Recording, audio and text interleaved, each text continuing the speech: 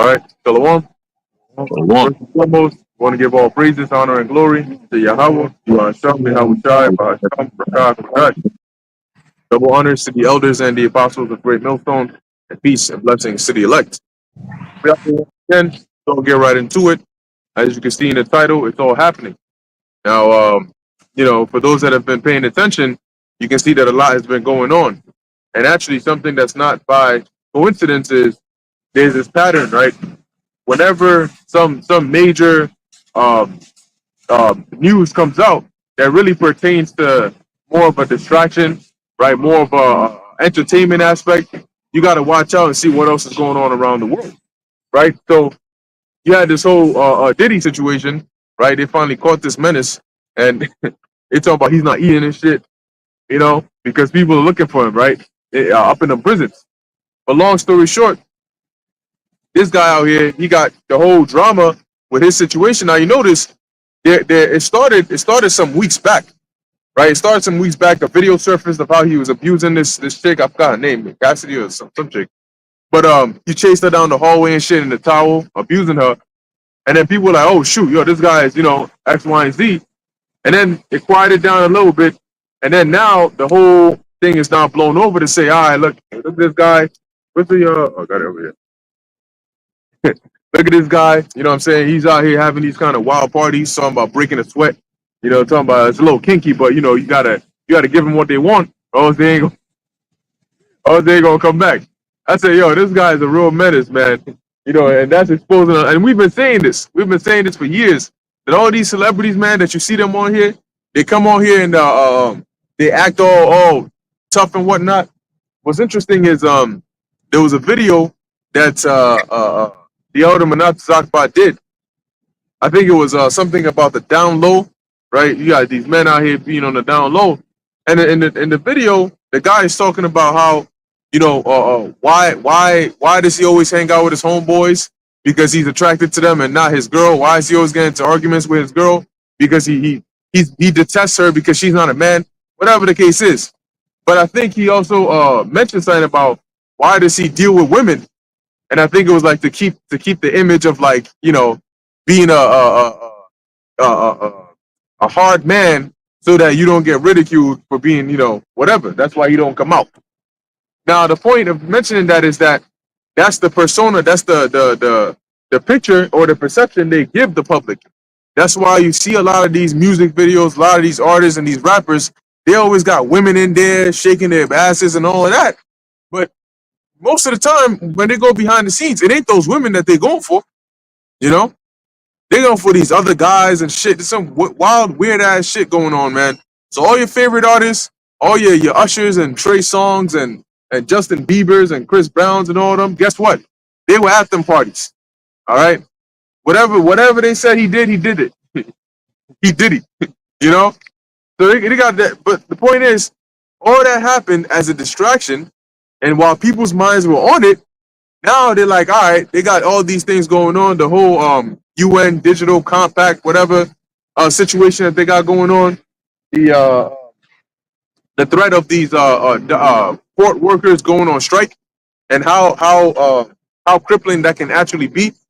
Okay, and then on major headlines, the situation going on, the war going on over there between Israel and Hezbollah. Okay, and we know that it's going to continue to build up, but it's a matter of time before Iran joins up in there, and that's in 2 Ezra, the 15th chapter. That they're gonna come in there. The Carmanians shall come raging with wrath, and they shall join battle with them. That means that they're already going to be at war, and then the Iranians are going to come and join in. So that's the reason why it's all finally happening. The prophecies that the Lord spoke about, it's all happening, and it's always in sync. You got it, bro. God, I got a couple of precepts, but I'm going to start off with this real quick. This is the book of Habakkuk, chapter 2, and verse 3, going into how it's all happening, right? Because we've been saying for years, and sometimes it might feel like it's taken forever, but when you really look at it, it's such a big deal that if it was to happen so quickly, the effect wouldn't be as impactful as if it was to wait for a while, because this is the last end. You know what I'm saying? This is the last battle. The Lord is going to build it up. Just like when you watch back we used to watch WWE or MMA or boxing or whatever, typically they tend to put the biggest match last, right? Right. So this being the biggest clash, this war that you're seeing in the Middle East right now is going to, like we've been saying, is a vortex that brings in all these major players, major countries that are upon the face of the earth. As is written in the book of Revelation, it talks about the river Euphrates drying up to make way for the kings of the east, Yep. right? So that's what's happening right now. They're all coming in, and it's happening all in the Middle East. Okay, this whole Hezbollah Israel thing, it went from Israel Gaza, now it's Israel Hezbollah, which is basically Iran, and then soon it's going to be Syria, and then all these different major countries that are around that area, the Levant area, they all going to get in some conflict with Israel, specifically Israel. All right, Turkey going to join in, right, and then eventually you're going to have Russia come in because Russia is an alliance with a lot of these major countries, Syria, right? I believe Iran, Yep. right? You got Turkey in there as well. So this is all biblical prophecy. You notice Russia is sitting in the back. Though they've been the one who've been provoked for the most with Ukraine and NATO, all right, coming against them. They're the ones who are sitting in the back holding up because the Lord is telling them, just hold on to your reins until it's time for me to let loose. All right, and that time is coming, right?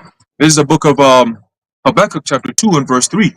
It says, for the vision is yet for an appointed time, but at the end it shall speak and not lie, right? So in other words, the prophets, all right, are the ones who are basically bringing out that vision, right? Because these scriptures have been written for thousands of years, okay? But now the Lord has sent His prophets in these last days, as the Apostle Paul said that I think that the Most High has set up the apostles last, right? So we are the ones who've been brought out last to give that last herald before our Lord comes back and makes His return, His vengeful, wrathful return. It's not going to be what the churches teach, like is a peaceful, happy-go-lucky. He's going to pick everyone up. He's going to save all of us, and we're going to reign in the kingdom. Who are we going to reign over if He's going to Right. save everybody, Right. right? So it doesn't work that way. He's coming to exact judgment upon the face of the earth. And if you're on the right-hand side, meaning those who are written in the Lamb's book of life, you're going to be delivered. That makes you of the elect. But if you're not, and you're in the book of death, you already know what's coming. All right? Them death angels going to be all over your helmet, man. It says, and not lie, because what everything we're saying is all coming to pass. Okay, it's not like I think Ezekiel. I want to say Ezekiel 30, where it talks about this proverb, make this proverb to cease. I want to say Ezekiel 12 or Ezekiel 33 and 12, right? Yeah, I mean, let me just confirm that, but go ahead. Come. So all these things being said by the mouth of the prophets is all coming to pass, and we can keep account of that. We can go back in years and say, hey, we said this was going to happen. Look, it's happening now. Look, this is this. This is this. The MOTB prophecy, right? World War III.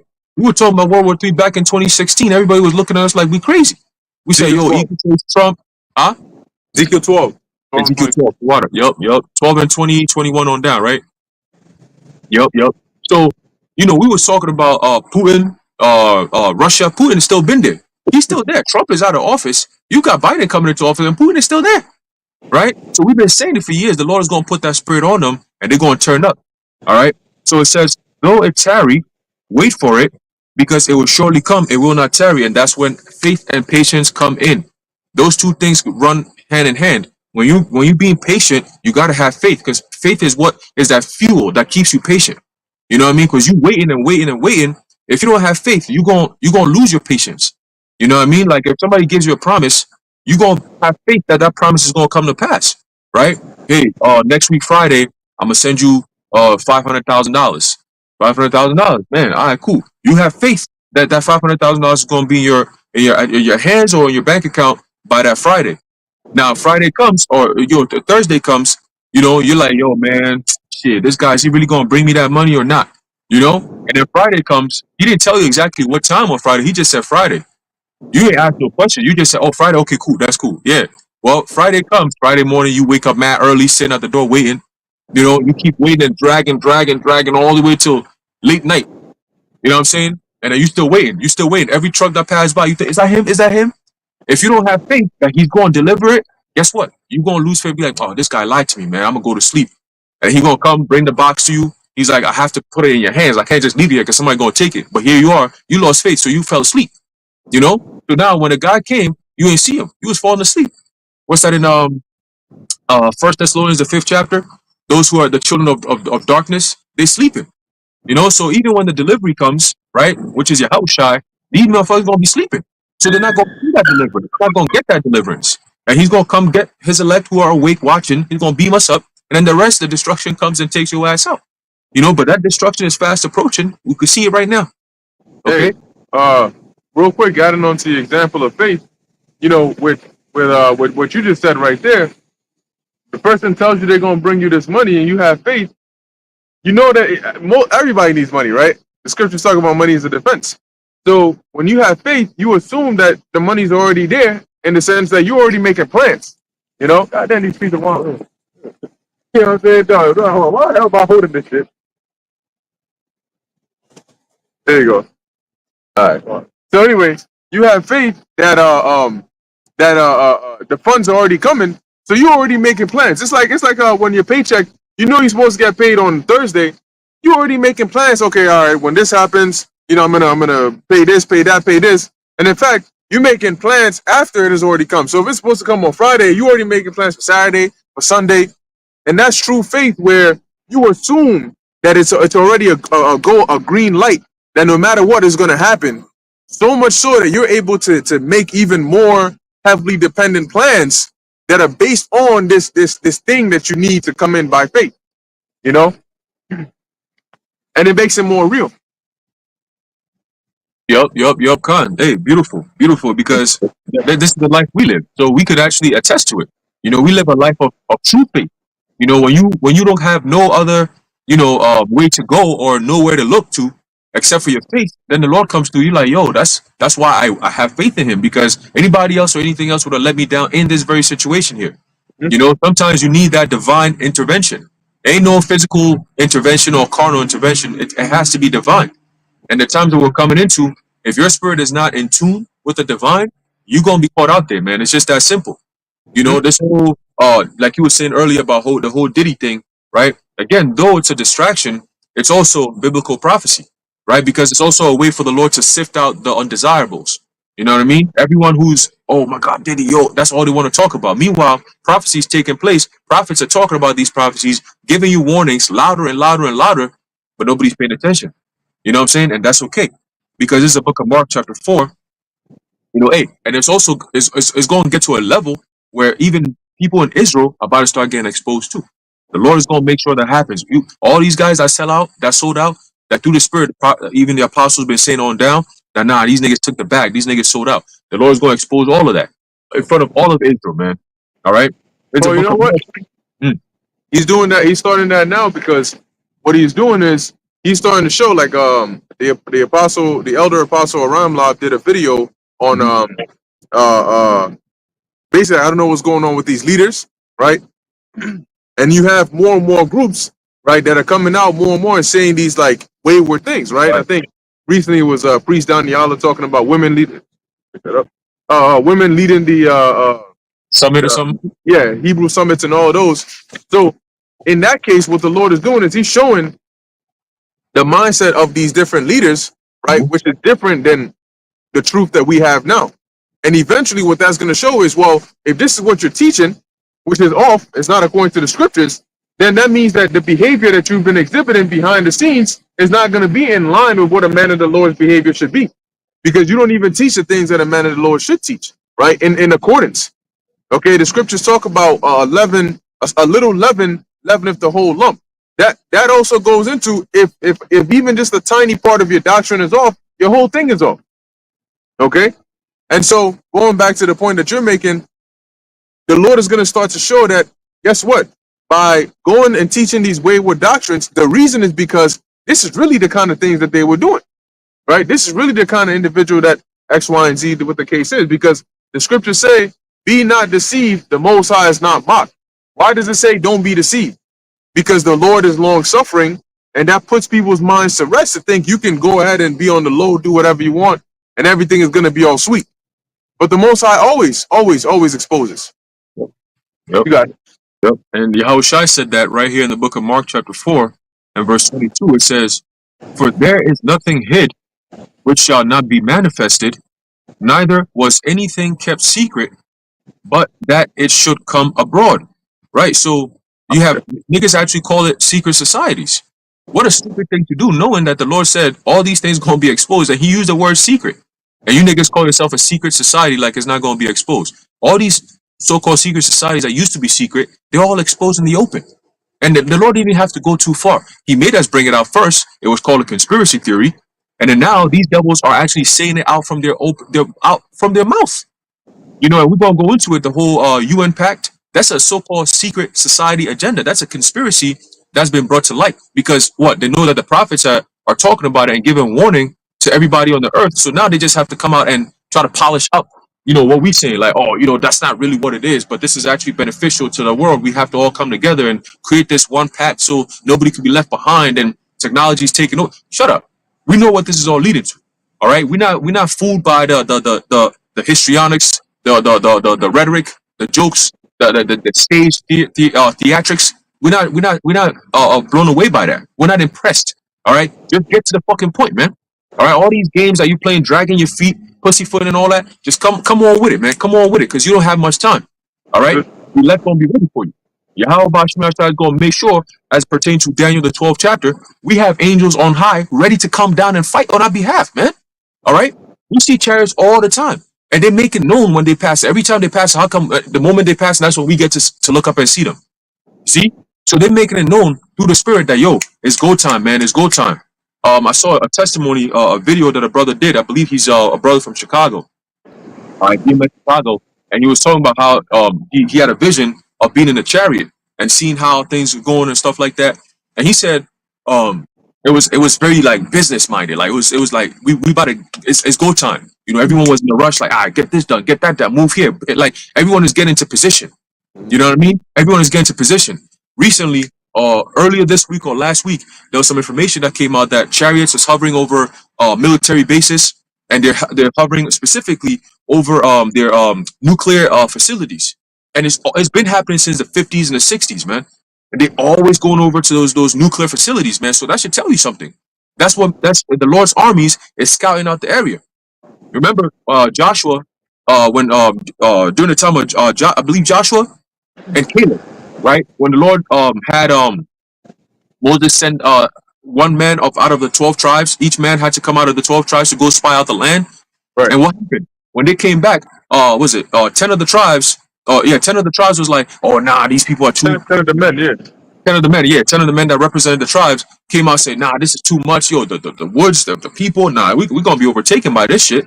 And Joshua and Caleb said, nah, with the Lord, we got this. We could take them down. You know? So the point is that there are men who are being sent as spies to go spy out the land.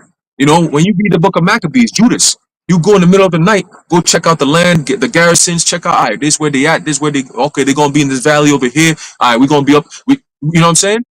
So that's the same thing. All these tactics, when you read about Hannibal, right? His kind of tactics that he was using, you know, against the Roman legions and stuff. These are all things that goes back to biblical times.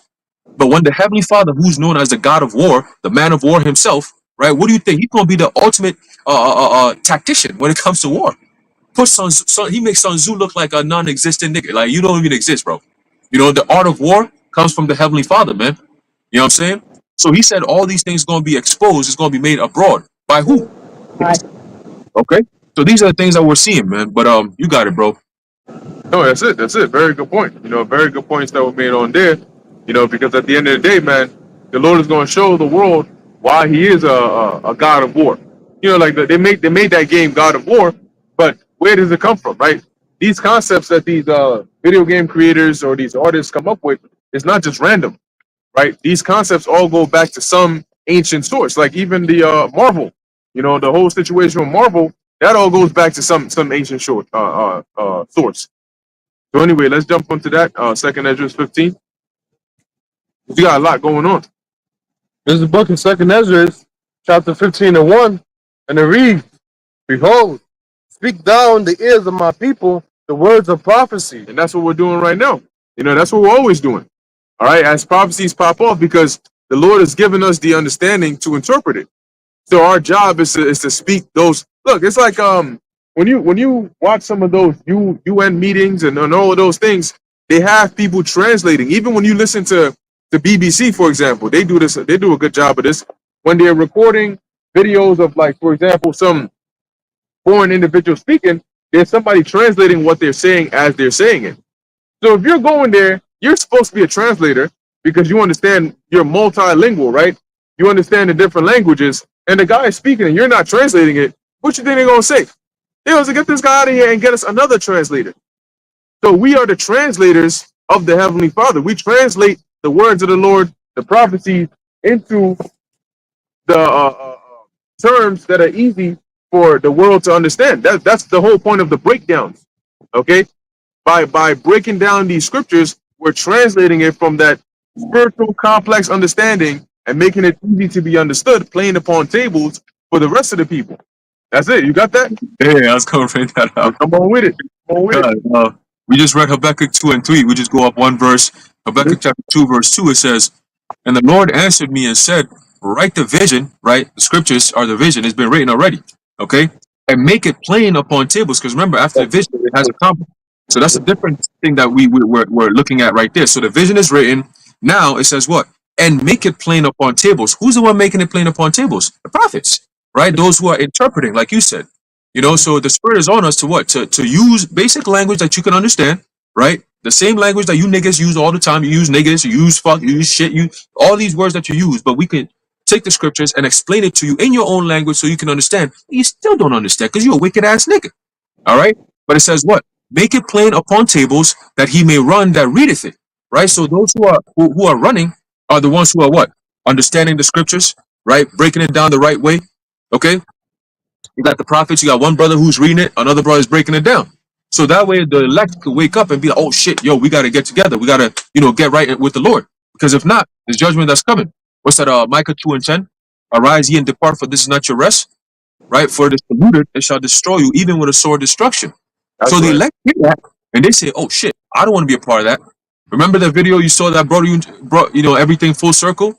Esau, you're fucked. And it was like this kid in a house somewhere, and he heard the nuclear sirens, and he's like, what do I do? His parents are not home, and he's by himself. He goes and sits in his bathtub, listening to the radio like, yeah, it's over with. No hope. Everybody's in the same situation as you. You ain't going nowhere for help. Firefighters are going through the same shit. The military's going through the same shit. Your teachers, the sports athletes, everyone that you know, that you look at for some form of distraction is going through the same shit that you're going through. And if anything, they're looking for help. So you in no position to help. So guess what? You become helpless just like everybody else. At that point, you wish you had divine intervention, but you ain't going to get that. The only thing is going to be a divine ass whooping by the nuclear missiles. That's going to be raining down on you whole ass niggas, man. All right? But this is the point. The visions is being made plain so that there's no excuses. Oh, but I didn't know, I didn't understand. No, you came against what you were hearing, man. So now you got to get that work, period. All right? You got it, bro. Yeah, you understood enough to come against it, understood enough to deny it, understood enough to scoff against it, and at the end of the day, like the brother's saying, there are obviously, the words in the book are English, and even that, right? Even that, the Lord had it translated to English, and even that, people still think that it's too much of the old English and the thou and the this and the that is too much for them, and whatever the case is. But even still, it's English. But the words in the book are spiritually discerned. So when you read a certain verse, you may read about the beast with 7 heads and 10 horns. You may read about a beast ascending out of the bottomless pit, and it's English, but you don't understand what that means. That needs to be translated into a meaning for you to understand it. But if you are of the, if you speak the language, let's put it like that. Okay. So we got to tell you, what it means is, the beast isn't an actual physical animal, because this is a spiritual understanding. The angels understand this, right? That's why oftentimes in the visions of the prophets, who was explaining it to the prophets? The angels. Whether it was Uriel or Gabriel or Michael or whatever angel was giving them that vision, he would ask them, Son of man, understand this what thou seest, or understand what thou seest? And he would say, no, or thou knowest. Hey, Daniel. Yep. Yeah. Give him a whole understanding to a vision that he woke up all shook up by it. So that's Ezra, like you mentioned. You got it. Yeah, hey, and it goes to show you that there's a time and place for everything, right? Because Daniel was blessed with wisdom from the heavens, right? He was able to interpret dreams. He was able to recall others' dreams and break it down. But yet, the visions that he received, it wasn't Daniel that broke down Daniel 7. And it wasn't, and in Daniel, the 11th chapter, Daniel didn't break that down. That was a vision that he received that the Right. angel told him. And then the angel explained it to him. Mhm. So when you read in Daniel the 7th chapter, and even I think in Daniel the 7th chapter, there's like two parts to it. There's a Yep. first part which is the actual vision, and then there's a second part which is the angel explaining what the vision means. So that's when you get a little bit more information in there. Right? It talks about this is the king of the Medes and the Persians and this and that. So even with Daniel's understanding, it wasn't time for him to get the full completeness of those prophecies to be broken down. And that's why in Daniel 12, the angel told him, go thy way, right? Until the time comes. For the words in the book are going to be sealed. You know what I'm saying? Yep.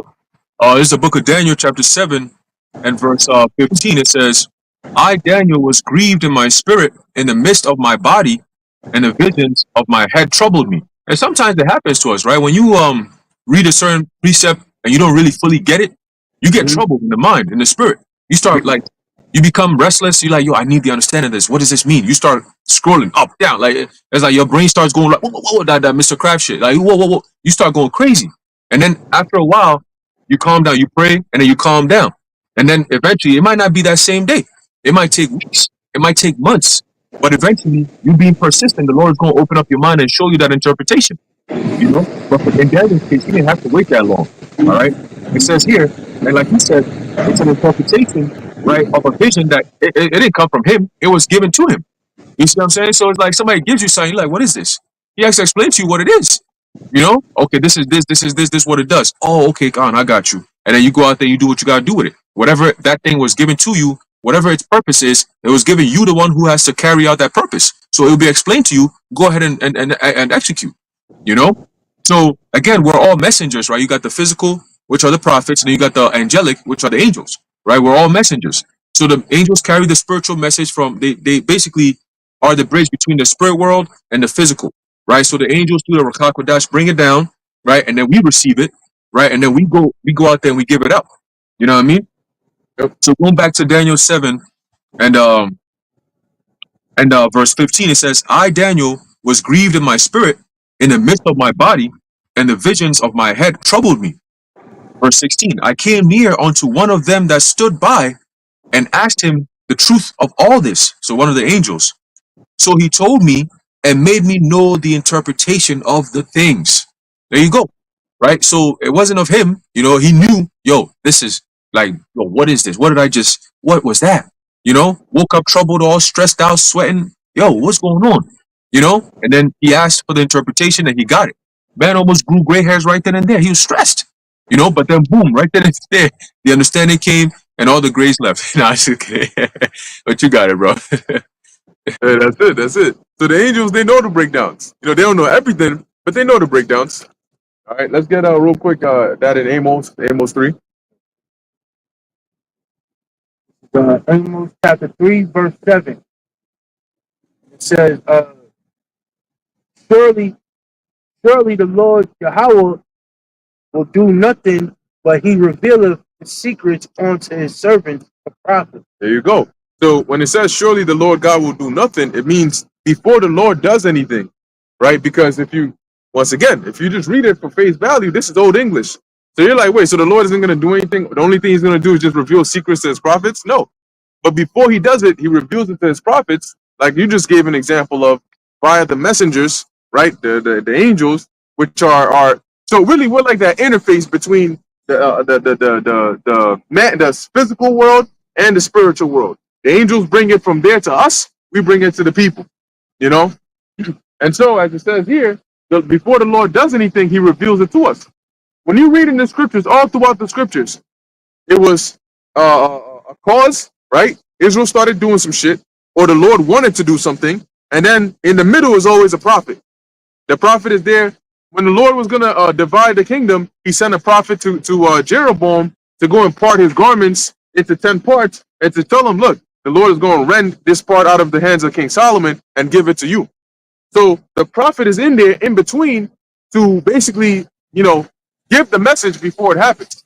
That's always the case. It starts from either the spirit world or something that Israel is doing.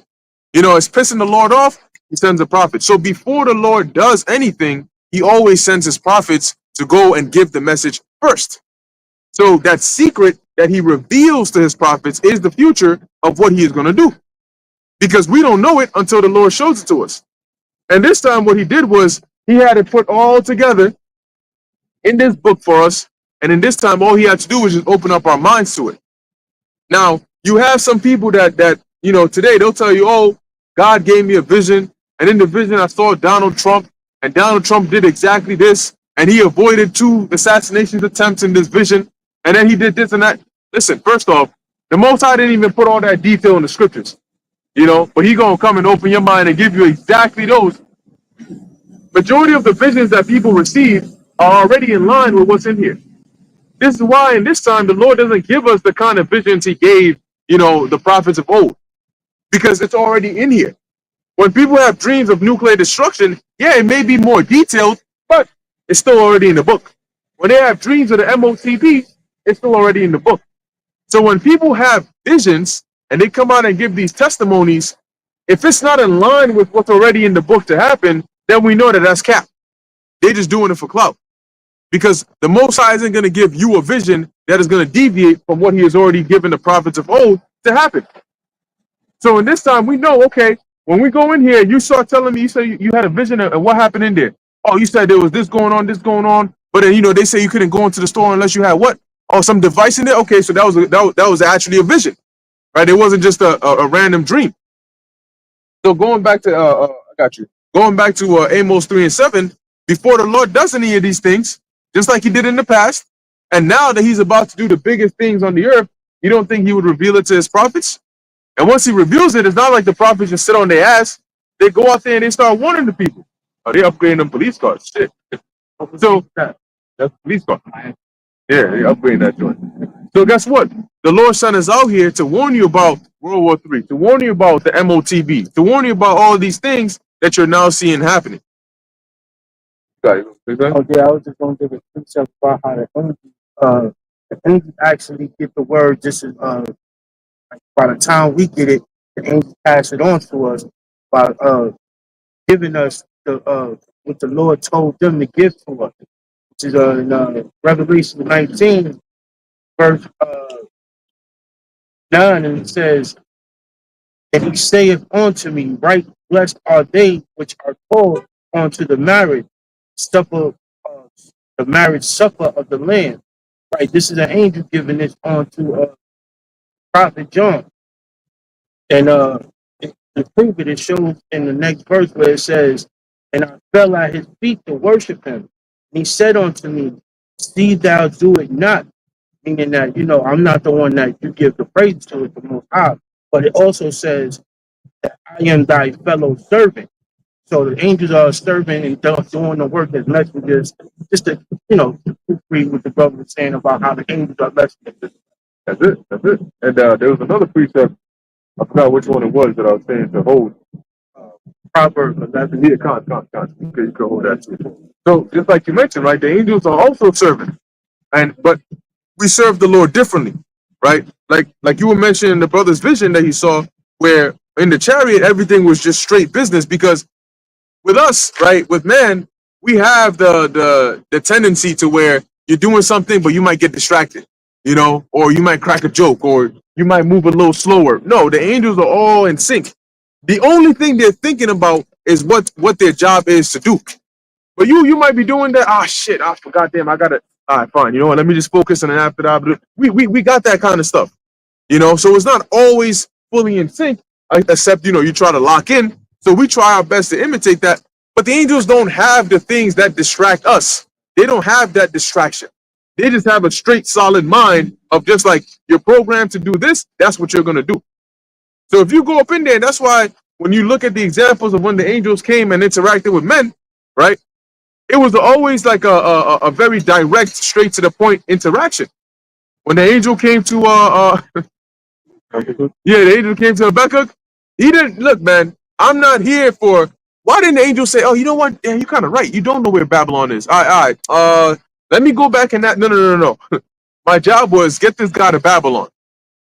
I'm not going back to the Most High. Well, Lord, he said he doesn't know how to get there. So maybe, how do we, maybe if you, we're not doing that. like, oh, maybe Lord, maybe there might be another prophet around Babylon. Maybe I can That's go to right. him instead. He said, "No, you grab him up and Yeah, you take him." gotta take his ass up there. You know? So they already know. Them angels, they already like they on it. Boom. You Babylon now. You know what I'm saying? Feed him. Bring him back. End the story. You're good. That's it. That's it. That problem, right? 11 and 4. Yeah, 11 and 4. Now you had made a point. I forgot. Oh, yeah. You said when all hell breaks loose, right? When going back to that video, when all hell breaks loose, you're gonna find out that you're in the same boat as everybody else. Your favorite celebrities, your mom, your pops, your woman, your idols, all of these people are in the same boat. And that's when reality is gonna set in. You know when when somebody you look up to, sometimes people look up to, and this is where the problem comes in. When you start to idolize man, right? This is why the Lord said you're not supposed to put your trust in man, because when you start to idolize man, you look at them as more than what they actually are. And the scriptures say, "He that thinketh himself to be something when he is not," basically you deceive yourself. When you look at somebody more than they are, and then they actually show you who they actually are, as in like, they're a mortal man, you start to, it's almost like all your expectations just like crumble down, and you almost get crippled because you start to look at this man as if he was more than a man. So when that time comes and they start to see their favorite idol start bugging out just like them, they're going to be even more scared because you are the one they're looking to give them that strength. But now you bugging out, they're bugging out, everybody's bugging out. So let's get that real quick in Proverbs. Proverbs chapter 11, verse 4. Riches profit not the day of wrath. And this is something that people profit not in the day of wrath. right. And this is something that people need to understand and really drill into their minds. And this, especially here in America. In America, right, when it makes sense that you had Esau heading it, because I believe his grandson was Eliphaz, right, whose name means my God is money, or God is gold, whichever one it is. And that's the energy that they have here. What did Mayor Amschel say? Give me control over a nation's money, and I care not who makes the laws. Why did they choose to be bankers? Why not military generals? Why not, anything else? Why not presidents? Why bankers? Because it deals with money. See? So they have turned the mindset of the people here to constantly chase money. And the scriptures say, riches profit not even a little, profit not in the day of wrath. Because in the day of judgment, your riches won't deliver you. What's one example? That rich man, which the Lord gave, I think it was a parable, where there was a rich man, he kept on gathering all into his barn and his storehouses. And the Lord said, "Thou fool, you don't even know that this night I'm going to require your life from you." Now, all those riches you have, is that going to deliver you? King Solomon understood that, and that's why he said, all is vanity and vexation of spirit. Because when death is knocking at your door, you can't bribe death to say, you know what, give me a few more, or let me get a little bit of this. That's not how it works. So when people put all their energy into, I'm grinding, I'm trying to get that bag, and they put that above righteousness, that's going to show off when all hell breaks loose and their life is on the line. Because now read the second half. But righteousness delivereth from death. Righteousness delivereth from death. So they put riches above righteousness, so they're going to get death. Because when that time comes, you're not going to be able to deliver yourself because, number one, you weren't being righteous. You were focused on riches. And now you find out that those riches, like it says in Wisdom of Solomon 5, those riches are not going to be able to deliver you. Y'all good on that? Yeah. All right. You got something? God, I had a quick precept. Just going back to the point about the message being sent to the men of the Lord before it gets delivered. This is a book of Revelation, chapter 1, sort of at verse 1. It says, "The revelation of Yahushua HaMashiach, which the Most High gave unto him," right? So there's a chain, "to shew unto his servants things which must shortly come to pass." That's perfectly in line with Amos 3 and 7. That's a perfect precept to back that up, right? It says, "And he sent and signified it by his angel unto his servant John," okay, "who bear record of the word of the Most High and of the testimony of Yahushua HaMashiach and of all things that he saw." Okay, "Blessed is he that readeth and they that hear the words of this prophecy." So the ones who are reading are the prophets who are bringing out the word, right? We're reading out the scriptures and we're explaining it to you, right? And those who are hearing it are those who are understanding it. Yahushua said, he that hath an ear, let him hear. Okay? It says, those who hear the words of this prophecy, and when the going into hear is not just you hearing it, but also you keeping it, right? You're understanding it, you believing it. Okay? Yahushua said, well, my sheep heareth my voice, and they do what? They follow me. Okay? And what is the spirit of prophecy? Yahushua is the spirit of prophecy, right? So when Yahushua sheep hears the words of prophecy, they hear that calling, they respond, okay? Because that's what they're waiting for, the elect, right? Because the elect are the most important part of prophecy. Because without the elect, Yahushua wouldn't have to come down here to deliver anything. It would be all destruction, right? How eventful is that? What makes the end game so much fun is knowing that there's a group of people who gonna be delivered, like miraculously delivered, man, as is written, right? It says, and keep those things which are written therein, for the time is at hand. Okay, we just read that in Habakkuk the 2nd chapter. Though it tarry, wait for it; it will surely come; it shall not tarry. Right? Yahushua just said that through the apostle John, that the time is at hand. Okay, so the UN coming together, saying what they're saying, what you're seeing out there in the Middle East right now, that's all hand in hand going into what? Prophecy. Hand in hand.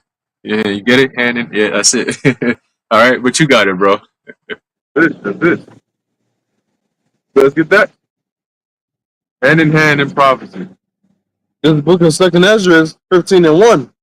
And it reads, behold, speak thou in the ears of my people the words of prophecy. And that's exactly what we're doing. So who are the people whose ears we're supposed to really speak into? The Israelites. Okay?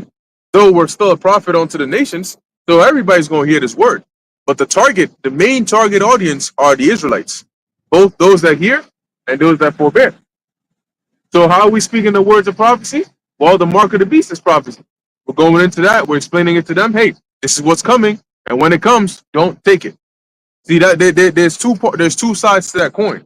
It's not just telling you what's about to happen, but we're also telling you what to do when it happens. Okay? And that's the warning. Go ahead.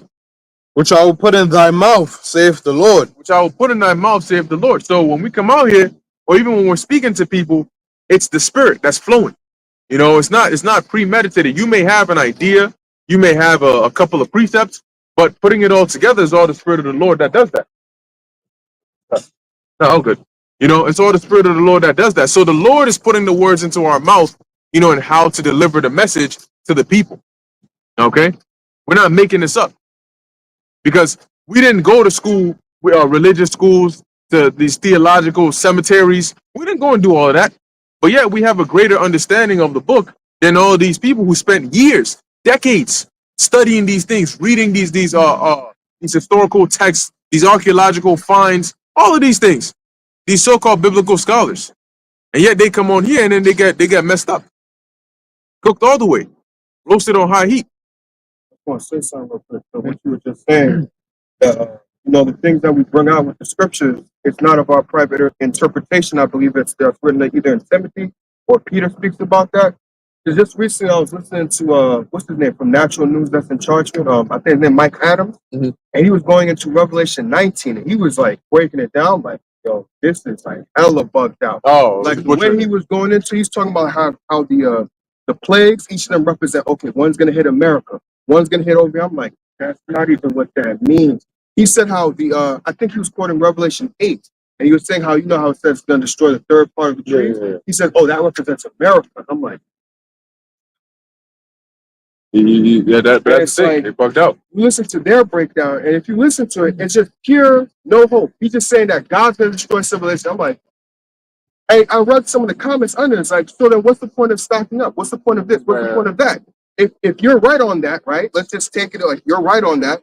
So what's the point of all this? What's the point of stocking up? What are you telling people to stock up for the end for? What are you telling people to live a righteous life? What's the point? If this is the whole experiment that God is doing, if that's what we're saying, that this is an experiment by God. If this is an experiment, then why do anything at all? But like, when they hear our message, because we give a message of what? Repentance. Turn back to Yahweh Shema Shai. And what? We don't just say death and destruction. We'll say what? Life is coming. We don't speak like, I don't know if you brought it up, but like, I think it's Revelation 21, where new heaven and new earth. It's not going to be like the whole planet's destroyed and that's it. If you listen to that guy, it's like, They just leave you hopeless. Like, what's the point? We listen to us and like, oh no, what you guys say, bugged out, that's crazy. But what he's saying doesn't sound bugged out. Because their mind is reversed. Their mind has been, like the Lord said, He gave them over to a reprobate spirit, void of judgment. So they can't discern what is right and what is not. So when they hear what is right, it doesn't sound right to them. And when they hear what is wrong, then that sounds right to them. So the Lord flipped that over for them in this world. The whole world is out of course, but people are part of the world, right? So go ahead. So it really is a beautiful thing to be a servant of Yahweh Ba'ashem Yahweh Shai. It's really the best thing you can be. To be a servant of the one true living God is the best thing you can be. Because we have access that nobody else has.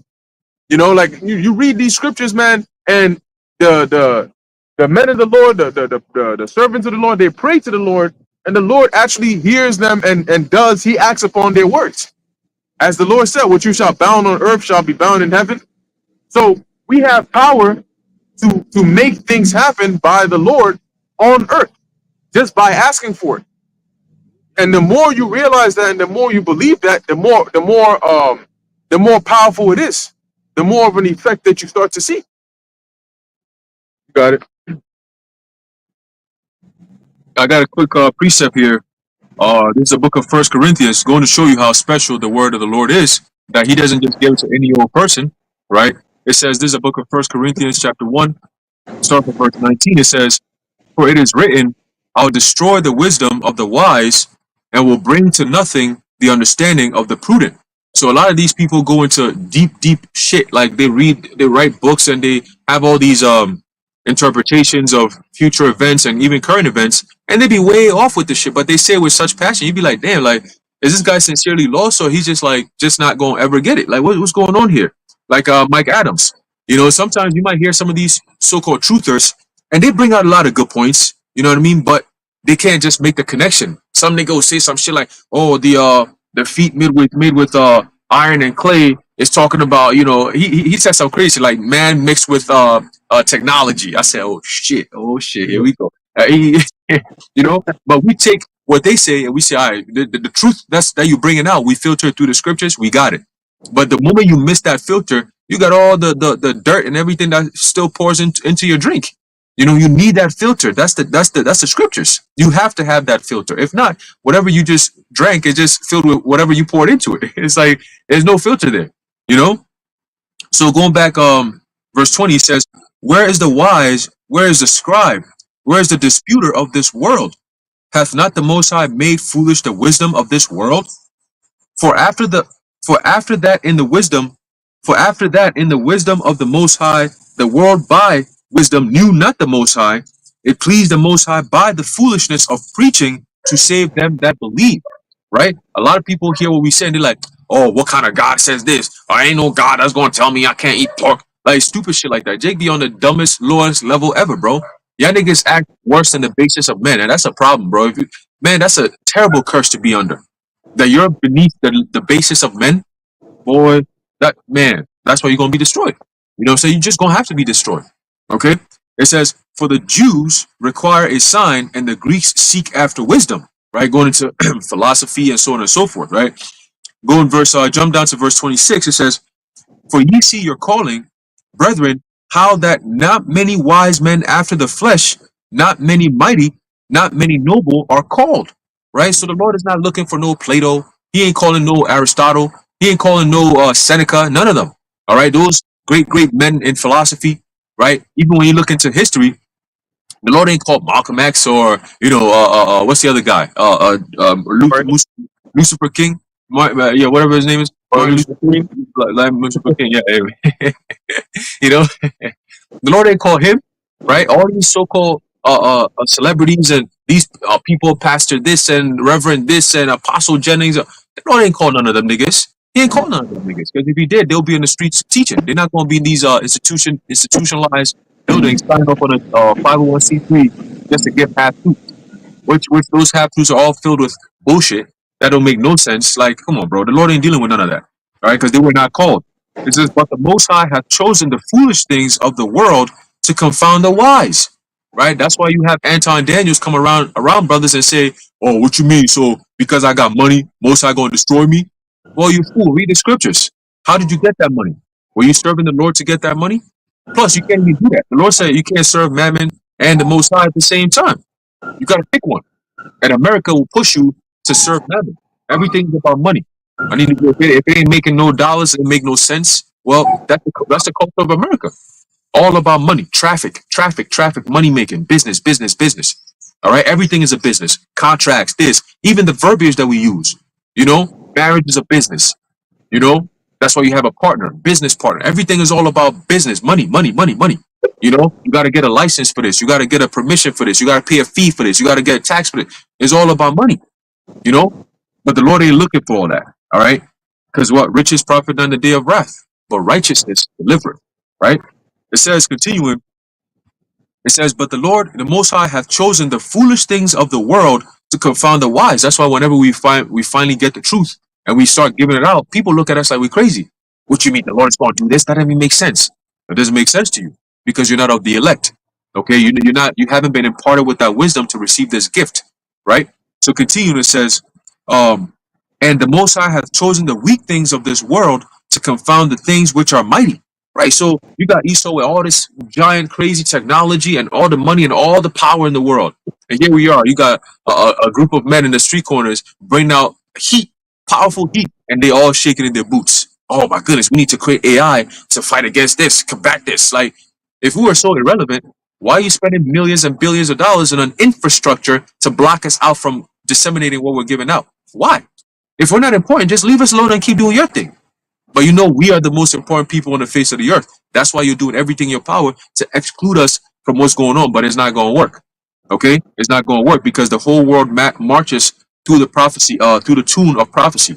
And who gives the prophecy? Who sings out the prophecy? The prophets. All right. It says, and the base things, 1 Corinthians 1:28, and base things of the world and things which are despised. Right. People literally do videos talking about, yo, these Hebrews, like, I can't stand them. Yo, y'all always get in people's faces. We're not like men because we come out here with the truth. And the truth makes people very uncomfortable. Wicked people, I should say, very uncomfortable.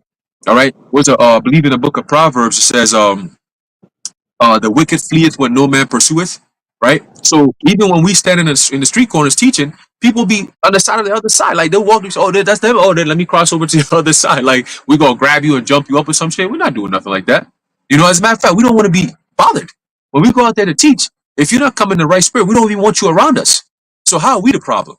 Right. You know what I'm saying? So continue, it says, and the Most High hath chosen, yea, the things which are not, to bring to naught things that are. So breaking down the strongholds, right? Out of nowhere, you got the Hebrew Israelites has become the number one thing. Esau got us on their Southern Poverty Law Center list, right? CIA, the FBI always staying on top of watching what we're doing, right? Listen to what we're saying, right? Oh, well, what if this? They always plotting and scheming, trying to loop us into some type of fuck ass wicked shit that none of us will ever even conjure up or even think about. You know, all So these guys. first off, if I may say, Salaki, based on that point you just made, the shit that they're trying to paint us out to be is against the scriptures. So why the fuck we do it anyway? You know what I'm saying?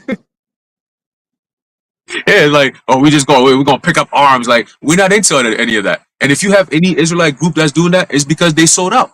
They got agents in there that's pushing that type of shit. And then guess what? Not just regular agent. Like the apostles always say, you got agents in your camps. We're talking about agents that are in high levels. You know what I'm saying? Like they influence what the other people are doing in the camp. You know, they might mix in a few precepts here and there, but they're truly agents. That's why the feds go to them. You know, Fed informants and all that.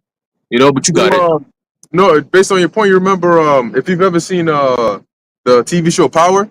I haven't finished it, but in some of the early seasons, you had the agents that got to one of the hood guys, and there was a chick I think that was talking to him, and she was trying to get him to wear a wire and go in there. And in the beginning, he didn't want to do it, but guess what? She just kept on at it, to where now he went up in there trying to get him.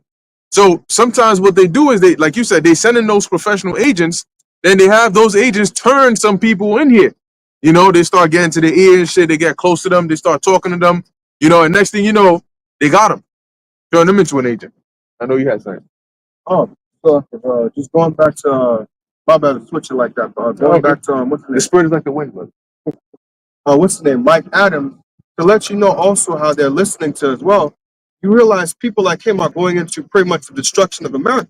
Because essentially that's what he was going into. I think he did another, he called it the sermon. If you watch it, it's like, I think it came out like, what did me and the brother Ashiel do that video? I think it was like Thursday we did the video. So if you go on, you could probably find it's like probably a video from Thursday. I think he did another sermon Friday as well. But basically, they're going into the destruction of America. They're going into the evils, the top banking families. But where did they get that from? Because before, he would call himself a Christian. Right. They don't talk about the Illuminati. They don't talk about the destruction of America or anything like that. They say everybody's going to make it. They say God loves everybody. We're all going to get raptured up there. So where are they getting this stuff from? They have to be getting it from us because we're the ones that speak about these things. The only difference is when they go into it, like you were saying earlier, why is it that they can't break it down like we break it down? Why is it that their thing sounds very crazy and outlandish to where it's like, oh, God's just going to destroy everything? This is just an experiment. God's he's done with humanity. The angels were rejoicing when God destroyed humanity. That's what he was saying in his breakdown, I believe, for Revelation 19. Yo, And I'm like, what? But no. But look how your reaction is. People will see your reaction and say, why is he laughing? Why is he scoffing like that? But it's like, yo, you got to think about this. The Most High is not like man. Why would a very super intelligent, I can't even find the words to explain the man, create an entire thing just to say, okay, I'm going to create y'all, create this beautiful planet and everything, all that, create the animals, the trees, the water, the air, everything, just for me to just say, screw it. This is just an experiment. Fuck it. I'm killing everybody. What was the point of that? Isn't there, like to say, there's a method behind the madness? What was the whole point, God, of doing this? If you listen to them, there is no point. But that's that whole, everything's going to be destroyed. But if you go to Ecclesiastes 1 and 4, it says what? The earth abideth forever. And we know in the spirit who King Solomon is, because he tells you that later on, well, not, he's the same spirit as the Messiah. He tells you that in, I believe it's Revelation 21, if I'm not mistaken. I could be wrong. He says, I am the root and offspring of David. Who's the offspring of David? Yeah, Solomon. So he's telling you who he was in his past life. So if he says, in Ecclesiastes 1 and 4 that the earth is going to abide forever, then we can trust those words to be true because we know he's the truthful man. It says, the Son of Man shall the Lord lie, if I'm not mistaken. Roughly paraphrasing, now I'm getting my freaks off. So many. Numbers 19, Matthew. But basically, it also tells you in Revelation, the 5th chapter, that we shall be kings and priests and kings on earth, and we shall reign on the earth. So it tells you right there that, look, we're going to be on the earth. The earth is not going to blow up. So where are you getting this whole thing that this is an experiment, everybody's going to die? That's not according to scripture. If you bring these things out, then it'll be like, then he'll just probably have some other bug lock thing to say. It's just, but my main point is to show you that they're basically listening to us, but they have their own spin on things. And I just have this one precept. This is John chapter 3 and verse 27.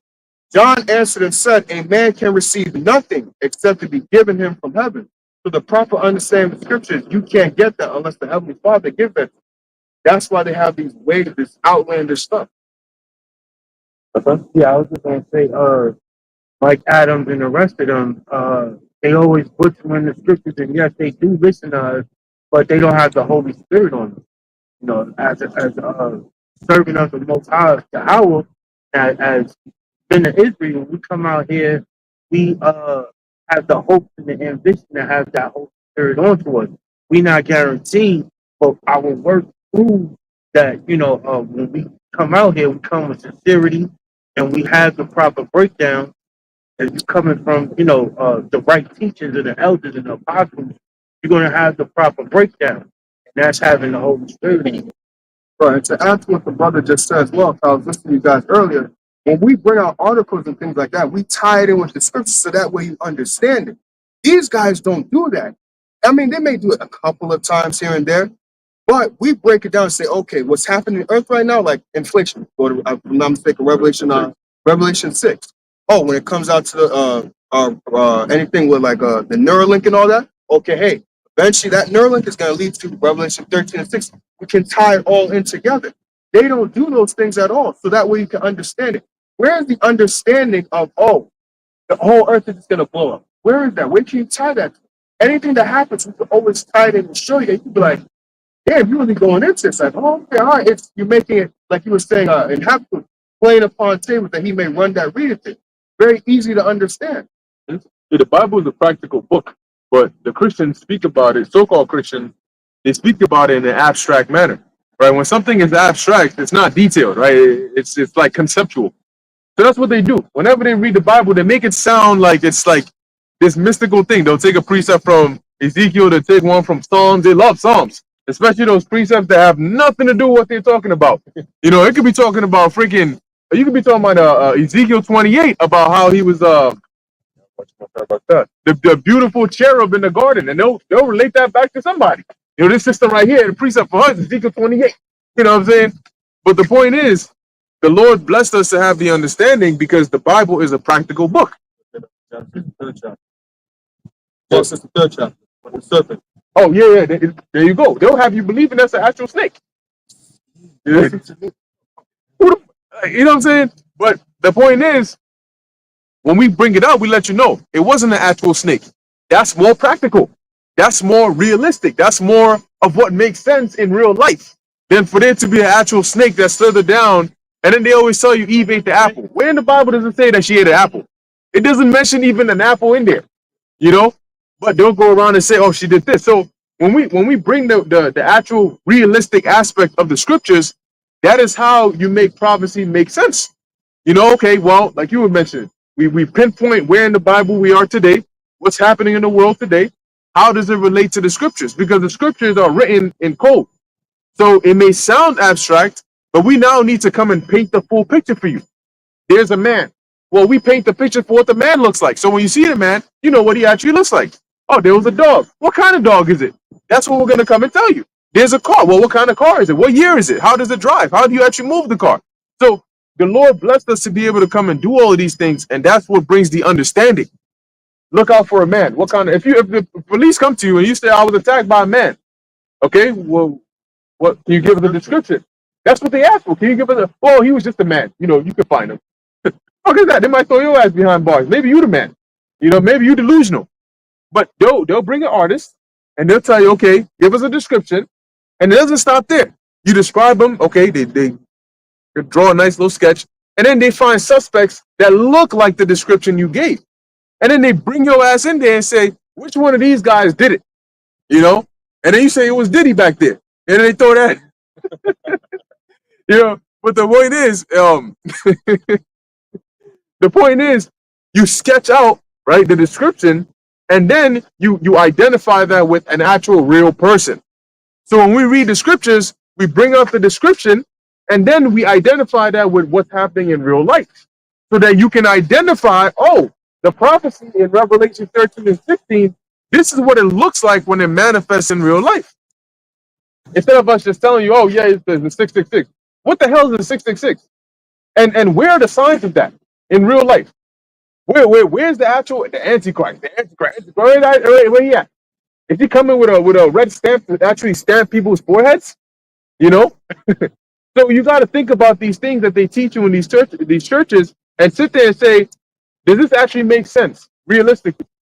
Because what they'll do is they'll take the literal parts of the scriptures and say it's metaphorical. Then they'll take the metaphorical parts of the scriptures and say it's literal. In Isaiah 66, the Lord isn't actually going to come with a sword and fire. That's metaphorical. But then Lazarus is the actual real person, which means hell is real. See how they flip it? But the crazy thing is, in that chapter, it says this is a parable. So, I mean, that just goes to show you, man, that they don't got it. And that's why a lot of people, what they're doing is they're leaving in code. See, during the Renaissance period, and even a little prior to that, you had something called crypto Jews. And the crypto Jew was one that was a Jew inwardly, but was afraid to practice it outwardly because of the Inquisition. Right? You had the Spanish Inquisition, and they were going around trying to find out who's the practicing Jew. And if you are, we're gonna kill your ass. So what they would do is they would be crypto Jews. Well, these Christians are crypto Israelites because they've been in it for so long. They're like, yo, what's that? The blue letter? What? You said the Hebrew? Let me see what they're talking about here. And they're sitting there, and usually what it is they go and watch the video trying to disprove what we're saying. But the scriptures say you can't gainsay nor resist. So as they're listening, they're like, oh shit. You know what I'm saying? Like, this thing actually makes sense. Then they watch some more. Then next thing they know, they're not trying to disprove what we're saying. They try to understand why what we're saying makes sense. But you, a pastor of a whole Christian church, you have spoken against us. How can you outwardly come out and acknowledge us? So then what they do is they start to slowly switch their doctrine, but they'll never give credit to where they actually learned it from. All of a sudden, you go into the blue letter. All of a sudden, you start talking about America as Babylon. All of a sudden, your breakdowns are starting to sound more practical and more Israelite-like. But they'll just say, oh, this is true. You know what I'm saying? Anybody can see that. Anyway, where we at? Oh, you got something? Bring it up. So Rock 39:3, he will seek out the secrets of grave sentences and be conversant in dark parables. Yeah, dealing with a man that is seeking out, because the first verse, I'll read the first verse. It says, but he that giveth his mind to the law of the Most High and is occupied in the meditation thereof will seek out the wisdom of all the ancient and be occupied in prophecies. So in order to be occupied in prophecies, that's the man that gives his mind unto the law of the Most High, unto seeking out Yahweh Ba'ashem Yahushai. And once you seek out those prophecies are dark sayings a lot of times. You know, like the whore riding upon the beast. It ain't actually a big slut that's gonna hop up on top of a beast, you know, and be raining hell on the earth. It's talking about an actual nation. It's Daenerys. And these Christians, it's Daenerys from Game of Thrones. But no, these Christians are so stupid. Sometimes the parables, it's broken down. Yeah. Like in Daniel, it mentions certain things. Like I think it mentions that these are kings. But you ask a Christian, be like, nah, they didn't even read a few verses down to see that. But they didn't want to talk to us about context, you know. But you don't even know the context of what you're speaking on, because now they have, just because of the pressure that the Lord has had us applying to the earth through the Spirit, now they have to actually go into the Bible, try to understand something. But again, I'll read the third verse. It says, he will seek out the secrets of grave sentences and be conversant in dark parables. So right, so the man that gives his mind to the law of the Most High and is occupied in prophecies, the Lord is going to give him the spirit to break down dark saying. Because the dark saying is what? It's something that's hidden. It's something that is not, it's not apparent just from when you first read it. A hidden meaning has to be taken from it. And only when the Spirit of the Lord is dealing with you can you get that hidden meaning. You know, but they don't want to acknowledge the men that the Lord set up to break these things down. And that's why they all messed up, because of pride. Ultimately, the Lord blinded them. Yeah, see, when something is in the dark, it's there. You just can't see it. You know, and it isn't until they shine the light that now you can see, oh, this is there. You know what I'm saying? So that's what it is with the scriptures. It's there, but they just can't see it. You know, but the Lord has blessed us. Every time we open the book, like Apostle Tahar said, it's like a flashlight is shining. So we can actually see what's really written in there. You know, like they have those writings in ultraviolet, like you need an ultraviolet light to really see what the writings say. That's how the Lord has set it up. So you can open it and it looks like it's just blank, but you gotta turn off the lights and then turn on the ultraviolet light before you can actually see the writings on there. And that's what the Lord has blessed us to be able to do instinctively. So when we see, you know, we look at the same page, but we see differently because we're looking under a different lens than the average individual. So when we see what's going on with the war of Israel and Hamas, people are seeing just like violence. They're seeing senseless death, but we're actually seeing the leading up onto World War III. We're seeing major prophecy. You know, we're seeing how Iran ends up getting involved in here. We're seeing how Russia ends up getting involved in here. When we see Ukraine and Russia and then NATO, we see how Russia gets activated. We're not just seeing two countries going to war. When we see the UN come out and talk about this pact, we're not just seeing a unification of the world to solve world problems. We're seeing the leading up to the MOTB because we're looking under a different lens. Yes, I know. Because the Lord, the Howard Star came to us and telling us, don't be deceived. So these false prophets out here, they doing that on purpose, try to steal away Israel from this truth. This is in Matthew 24, where it reads in verse 4, it says, and Yahweh Shah answered and said unto them, take heed that no man deceive you. Verse 5, it says, for many shall come in my name, saying I am Christ, shall deceive many. So they got an agenda. You know, they trying to keep Israel away from knowing who they are As the closer we get to the end, it's going to be so many that's going to be led astray for the 2/3 to be, to fulfill prophecy with the 2/3 being destroyed. So in the end, it takes us prophets to come out here to really like keen in on, like you said, with the ultraviolet light. It's a invisible marker that until you shine that light, they don't see what we see. And when they do know, the elite that do know, and the pastors that do know, their whole goal is to keep the ones who don't know from knowing. That's what I'm saying. Actually, I was going to mention that same chapter as well, 24, and what you were saying about Israel and Hamas. Well, that's in Matthew 24 where it says, and you shall hear of wars and rumors of wars. So now, when you're in your church, if your pastor is not speaking about these things, but you hear us speaking about these things, and we can bring out Matthew 24 to prove that to you, who are you going to listen to now? Because you're saying, hey, that's from the man himself, the one that you say called Jesus and all that. That's from his mouth right there that said that what? You should hear of wars and rumors of war before the coming of the kingdom of heaven. So now if your pastor's not teaching you about that stuff, is he really a pastor? Is he really a teacher? No, he ain't. No, he ain't. And hey, just like the elder put, that's actually a beautiful comment, right? He said we're seeing the cause of the effect of every vision, because that's what the Lord had. He had the effects written down. That's what the prophet saw, and then that's why it was really given in part, because a lot of these things that we see were the effects. We saw the what's that in Second Ezra 9, and it ends in signs and effects.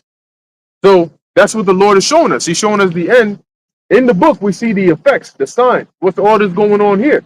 Like, really what it's like is when you watch a movie and the movie starts off in the middle, and then they give you a flashback to what really happened. So really what they do is they start the movie with a flash forward. And then as the movie progresses, then it actually, the whole movie is really what leads up onto what you saw in the beginning. So maybe the movie starts off with a building on fire, a girl with blood in, her loved one in her hands screaming, ah. And then it goes back, 3 months before that. So as you're watching the movie, the closer and closer you get, you find out, oh, this is how she actually met the individual that she's holding in her hands. Oh, they actually moved into this place. Oh, this is what actually led up to the fire starting in the first place. Oh, this is why the person had blood on them when she was holding them outside. So as you get closer and closer, you start to see, this is how we ended up at the scene where this person is bloodied up in the arms of another person with a building on fire. Because in the very beginning, you're like, why is the building on fire? What's going on here? So that's what the prophecies are like. The Apostle John in Revelation 13, he saw that building on fire. We're seeing, why was the building on fire? Who did what? Literally, who that? Oh, you got that? What you got? Yes, Second Ezra 9. Oh, you had that too, right? Okay. You bring it. I'll start from the top. This is the book of Second Ezra 9:1, and it reads, "He answered me then and said, Measure thou the time diligently in itself. And when thou seest part of the signs past, which I have told thee before, then thou shalt understand that it is the very same time wherein the highest will begin to visit the world which he made." Yeah, when you see the signs which I have told thee before, then you're gonna understand that this is that same time where the Lord is going to visit the world which he made. So when we're watching that and we're starting to see, this person's left home alone. They left sign on the stove. They got distracted by a phone conversation. They walked to the other room. Now you're like, oh, this is the same guy who was laying in the other person's arms. Oh, he left the stove and he went to the room. Oh, he fell asleep. No wonder the freaking house set on fire. So you're seeing the signs that lead up to this thing, this thing going up in flames. Go ahead. Therefore, when there shall be seen earthquakes and uproars of the people in the world. But now here's a little more spaghetti for your plate, right? We're the only ones who saw the fast forward. Everybody else is watching the movie without seeing that fast forward, that flash forward. So really, they don't know. They just like, okay, they're watching. I wonder what's going to happen in here. But we're already seeing. We already know what's going to happen. It's like seeing a pre-release of the movie, and then before everybody else gets to see it. Go ahead. Then thou shalt well understand that the Most High spake of those things from the days that were before thee. Yeah. Then thou shalt well understand. See, because before it happens, before the signs start speaking loudly, you understand. Yes, the Lord said this is going to happen. We believe this is going to happen. You understand what He said is going to happen. You understand how it's going to happen. But as you start to see the signs more and more, you well understand. Second Ezra 15 talks about one people standing up against another. Isaiah 19 talks about that, right? It also talks about weapons in their hands. But as it starts to get closer, you get oh, I see why Ezra said, a man shall desire to go into a city and shall not be able to, right? For because of their pride, the city shall be troubled. I see why he mentioned the city. I see why Apostle John said X, Y, and Z. Because now we well understand these prophecies. Go ahead. Even from the beginning. For as like all that is made in the world hath a beginning and an end, and the end is manifest, even so the times also of the highest have plain beginnings and wonders and powerful works and endings and effects and There you signs. go. And endings and effects and signs. And now we're starting to see those effects, the effects of every vision. Okay? They started off as plain beginnings and they built up and built up and built up. And now we're seeing the effects and the signs of these visions. We're seeing the cause, we're seeing the effects. So we're getting the full picture. You know? It's funny how typically it's a cause and effect. And this time it was an effect and now we're seeing the cause. You know, beautiful thing, beautiful thing. That was it on that. Anybody have something? Bring it up. Hosea 6:5 in the NLT. I sent my prophets to cut you to pieces, to slaughter you with my words, with judgments as inescapable as light. Yeah, so, hey, and in the KJV, it says, therefore have I hewed them by the prophets. So basically, these words that we're speaking is cutting this kingdom down to size and everybody that's in it. And that's why, even like sometimes when the Lord spake, you know, a lot of wicked Israelites, they wanted to seek to kill him because the words have power. So it says that what? I have hewed them by the prophets. So the prophets, the word that they're saying is condemnation, right? And that goes back to, this is the legacy of the prophets. This is always what the prophets did. They would come around, and that's why when Samuel came to a certain town, and I think it was First Samuel, I forget where he went to, but they basically were afraid because they were like, yo, what is the word of the prophet? What's the word of the Lord? Like, usually when a prophet comes, a lot of times it's bad news, you know? In this case, it wasn't. But they still had that fear. But nowadays, these people walk right by us like nothing's happening. This is the word of Yahweh Ba'ashem Yahushua coming out as a condemnation. And this is the shelter. This is the tower from that destruction that's coming. So if the Lord was with you, you will come by and hear and get this feast, eat of this feast, so that you can be protected, so that you can call upon the name of the Lord, and that you can know the prophecies that's coming, so you can protect yourself from what's about to happen.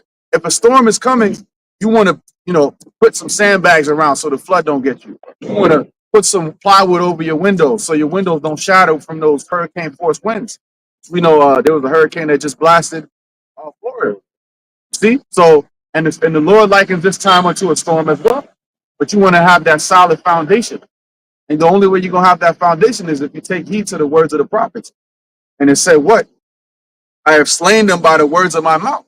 So before you get physically slain, the spiritual slaying is that this condemnation comes and you deny this word. You go about your day, but you heard it, and in the back of your mind there's a voice: Armageddon, World War III, MOTB.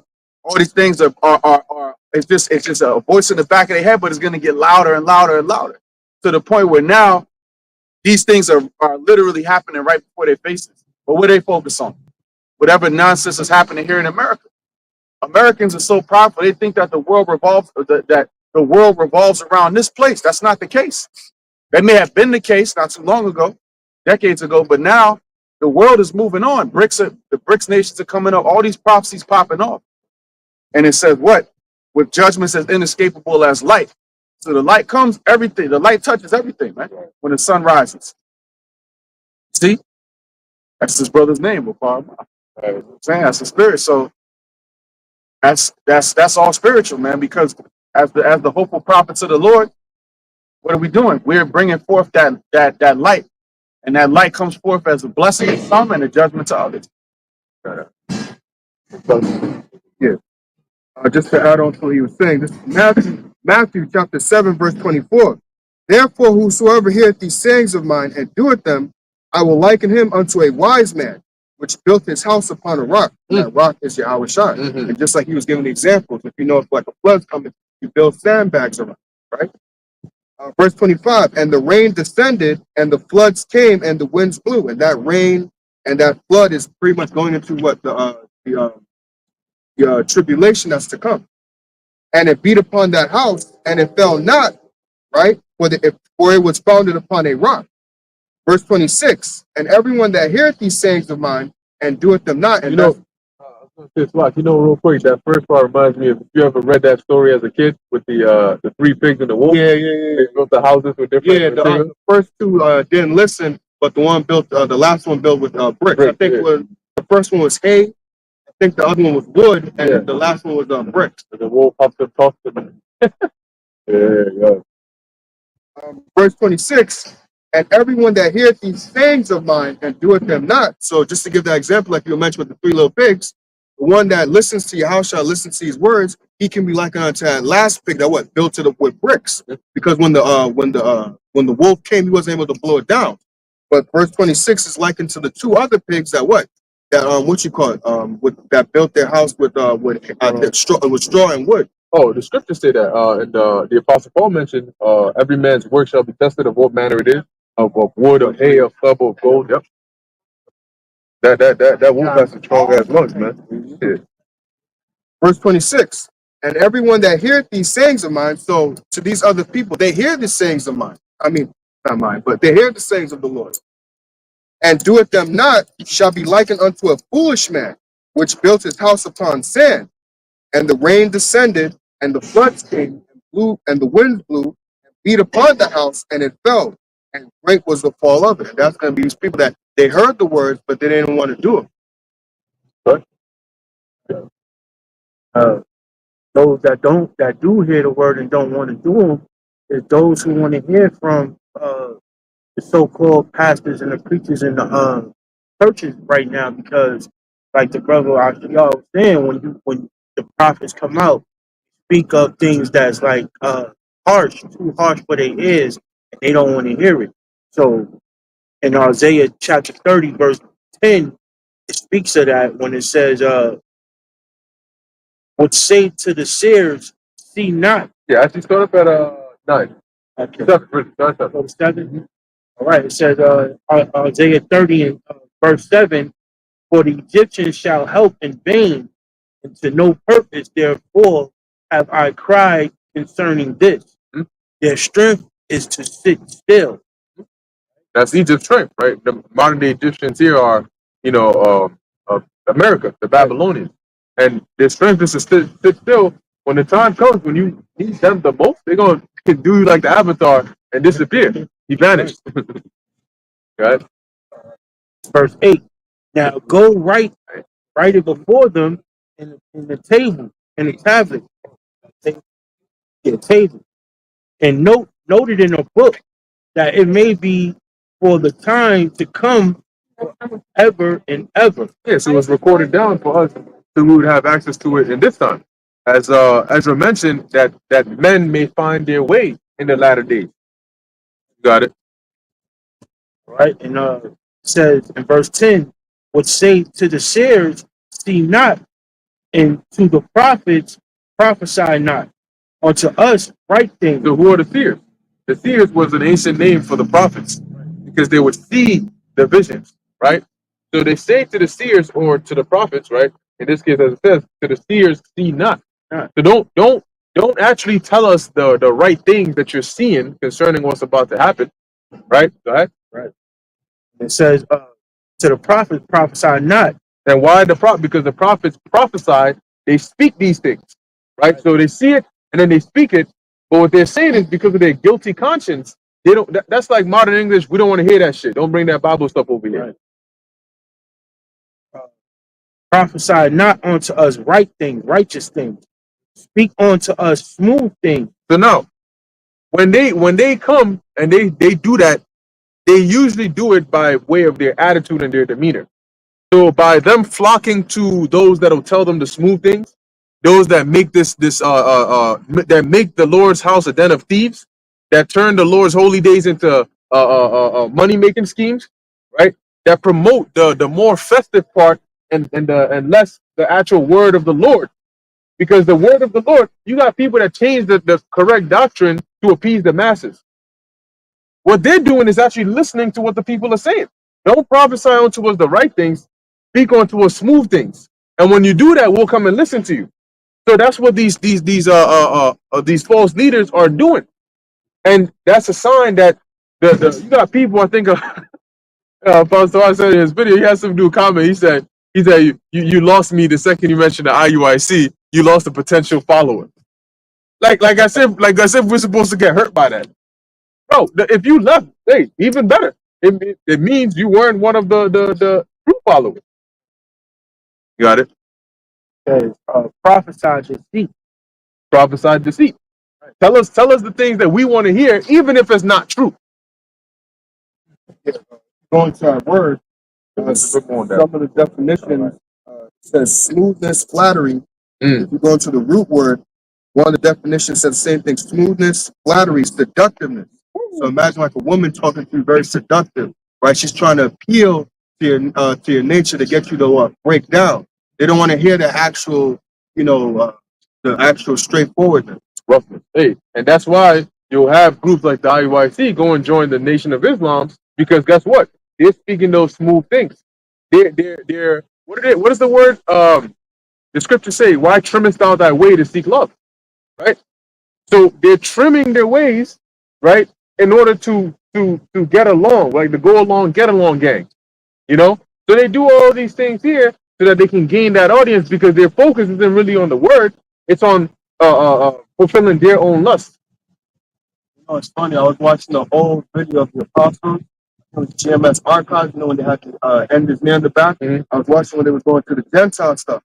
And this was back then. I don't know how many years ago. But back then, when I guess it was not the first time the IUIC was dealing with the Nation of Islam. I think they were like had a debate. And one of the things our Apostle Tahar said was funny. He was like how he called them Islam United in Christ. It's funny. And now, Yep. There you go. No coincidence. Hey, that's the spirit. Hey, it's interesting that this all just came up because the true followers of the Lord, they're gonna be in a solemn spirit, especially when you look at something like the Passover, right? Here it is. You got dudes saying, "Oh, we're celebrating the Josiah Passover." Well, guess what? Josiah wasn't his kingdom, bro. We're in captivity. Yahushua's Passover was during the Roman captivity, so we're in the second leg of the Roman Empire. You can call it the Roman American Empire, right? Just like how you had the Greco-Roman Empire, you have the Roman American Empire. Now, everything that's going on now is resembling what the Romans had, right? From the system that's built to how the people even operate, to even the disciples, the men of the Lord, how we were back then. We're doing the same thing now, but it's escalated because we have a much fuller understanding compared to what we had back then. Certain questions we was asking Yahushua, we already have the answers. We're not asking him like that no more. We can just go into the scriptures, and through the spirit, we can understand what is meant by what's said, right? So the point is, you have the true followers, and you have those who are not of the elect. All right, you got that clown who said, "Oh, you lost me when you said a potential follower when you mentioned IUIC." Well, where you been at? You don't see what the fuck they saying and doing? What you mean a potential follower? Like, where you been at? Like, nigga, like we looking for followers now? Like, who the fuck is you? You know what I'm saying? We follow Yahushua. We're not looking for you to follow us just because for numbers' sake. The Lord is dealing with a group, a small few, which are the elect. That means that what? That number is special. Not any old person. A dumbass nigga who says some shit like that, you're not of the elect. Your mind is completely elsewhere. You're not asking the right questions. You're not living the righteous life, at least to the best of your ability. You know what I'm saying? You're not taking the word of the Lord that serious. If you follow IUIC, we know you're not taking the word seriously, right? That group is filled with clownship, a whole bunch of BS and bullshit, man.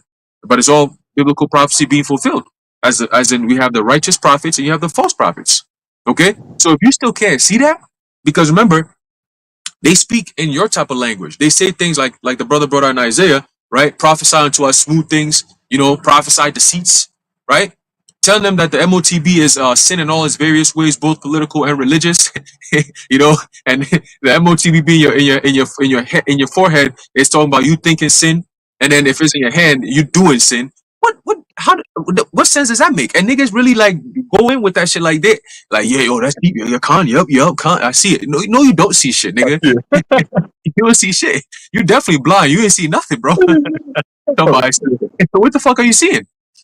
You know, they gotta imagine shit. Nah, bro. The prophet. You got the UN pact thing. That's the them like as it tells you in Revelation the 13th chapter. What that they come together to make an image onto the beast, right? That image is what they're talking about. And let's all come together and make an agreement. Yep. The who that tried it a few months ago, talking about the one Accord treaty, and we both said that if that doesn't pass, they're gonna find another way to come in with it. You know, the United Nations. What is that? What do you think about? Right? I think of Psalm 83 right then on the spot.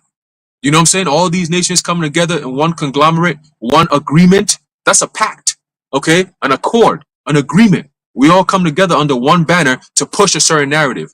That's where 13 and 16 comes in, where he calls us all. So right now they're trying to bring in all so then they can push. You know what I'm saying? The next prophecy that comes after this pact is going to be the MOTB. Why? How do we know? Because we see World War III brewing right now as we speak. All right, all over the news this morning, they're talking about Iran, the Hezbollah leader, Hassan, I forget his last name, but he got blown the fuck up. You know, I believe his daughter died as well. So that rage is about to kick in. And once it kicks in, it's go time, baby. Oh, you had then Yahoo came up to, I believe was it Congress? He was in some place over there. Yeah. And yo, the moment he came up to start speaking, mad people left, bro. Mad people started getting up and leaving. I said, oh shit. There you go. See? So there's a division right there. Everything is all divisive right now. And that's in the scriptures. Yahushua said, if a kingdom be divided, it shall not stand. Right? So we're seeing the fall. That's why these devils are desperate. When we go into that article, I don't know if we're going to have the spirit to go into it, but either or, I might go into it later on. Yeah. As you go into it, they're saying that, because multilateralism is failing, so we got to come up with this new pact. Multilateralism simply means all these nations working together. All right, it's a pact. We all working together. You know, everything's seamless and shit like that. It's all failing. Why? Because the truth is out, and when the truth is out, it creates a division. You know, nobody's on the same page. The media propaganda is not working like it used to, so now they're desperate. You know, and that's how they're gonna come in with that force. Revelation 12 and 12 is coming. All right, you got it, bro. Yep, the Lord said, I will make these small among the heathen. Or, I will make these small among the heathen. So that's what you see going on. Like you said, everybody just got up and left because they're starting to see, you know, how the Lord is making them small and despised, right? As it says, thou art greatly despised. So that's exactly what's happening, you know, and I believe there's a Quan put an article in the chat about how Russia came out and decisively condemned that attack against that killing of the Hezbollah, you know, leader. So, you know, they also said they moved the Iranian, that one of the head guys to like a safer area, supreme leader. So this thing is heating up quick, and they're already at war in that region. But like we said, war goes in phases.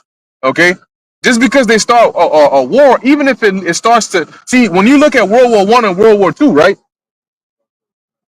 Well, let's see if we're going to mention every because you might have been. But if you look at World War I and World War II, it didn't start off with all the nations of boom, everybody's all up in here at once. It started off here, then here. I think with World War I, it's like Germany, right? Prussia. And then, you know, they started escalating more, and then more allies started joining in. So when one joins in, then they start to form the Allied forces and the Allied powers and the Axis, something like that. Yep. But long story short, the old world wars didn't all just start full blown. They escalated, so it was in phases. In this time, and then eventually World War II led to the atomic bomb, right? Yep. This time they have nuclear weapons. It doesn't mean World War III is going to start with nuclear weapons. All right, it goes in phases. So right now, what they're saying is, there's fears about a regional war breaking out. Guess what?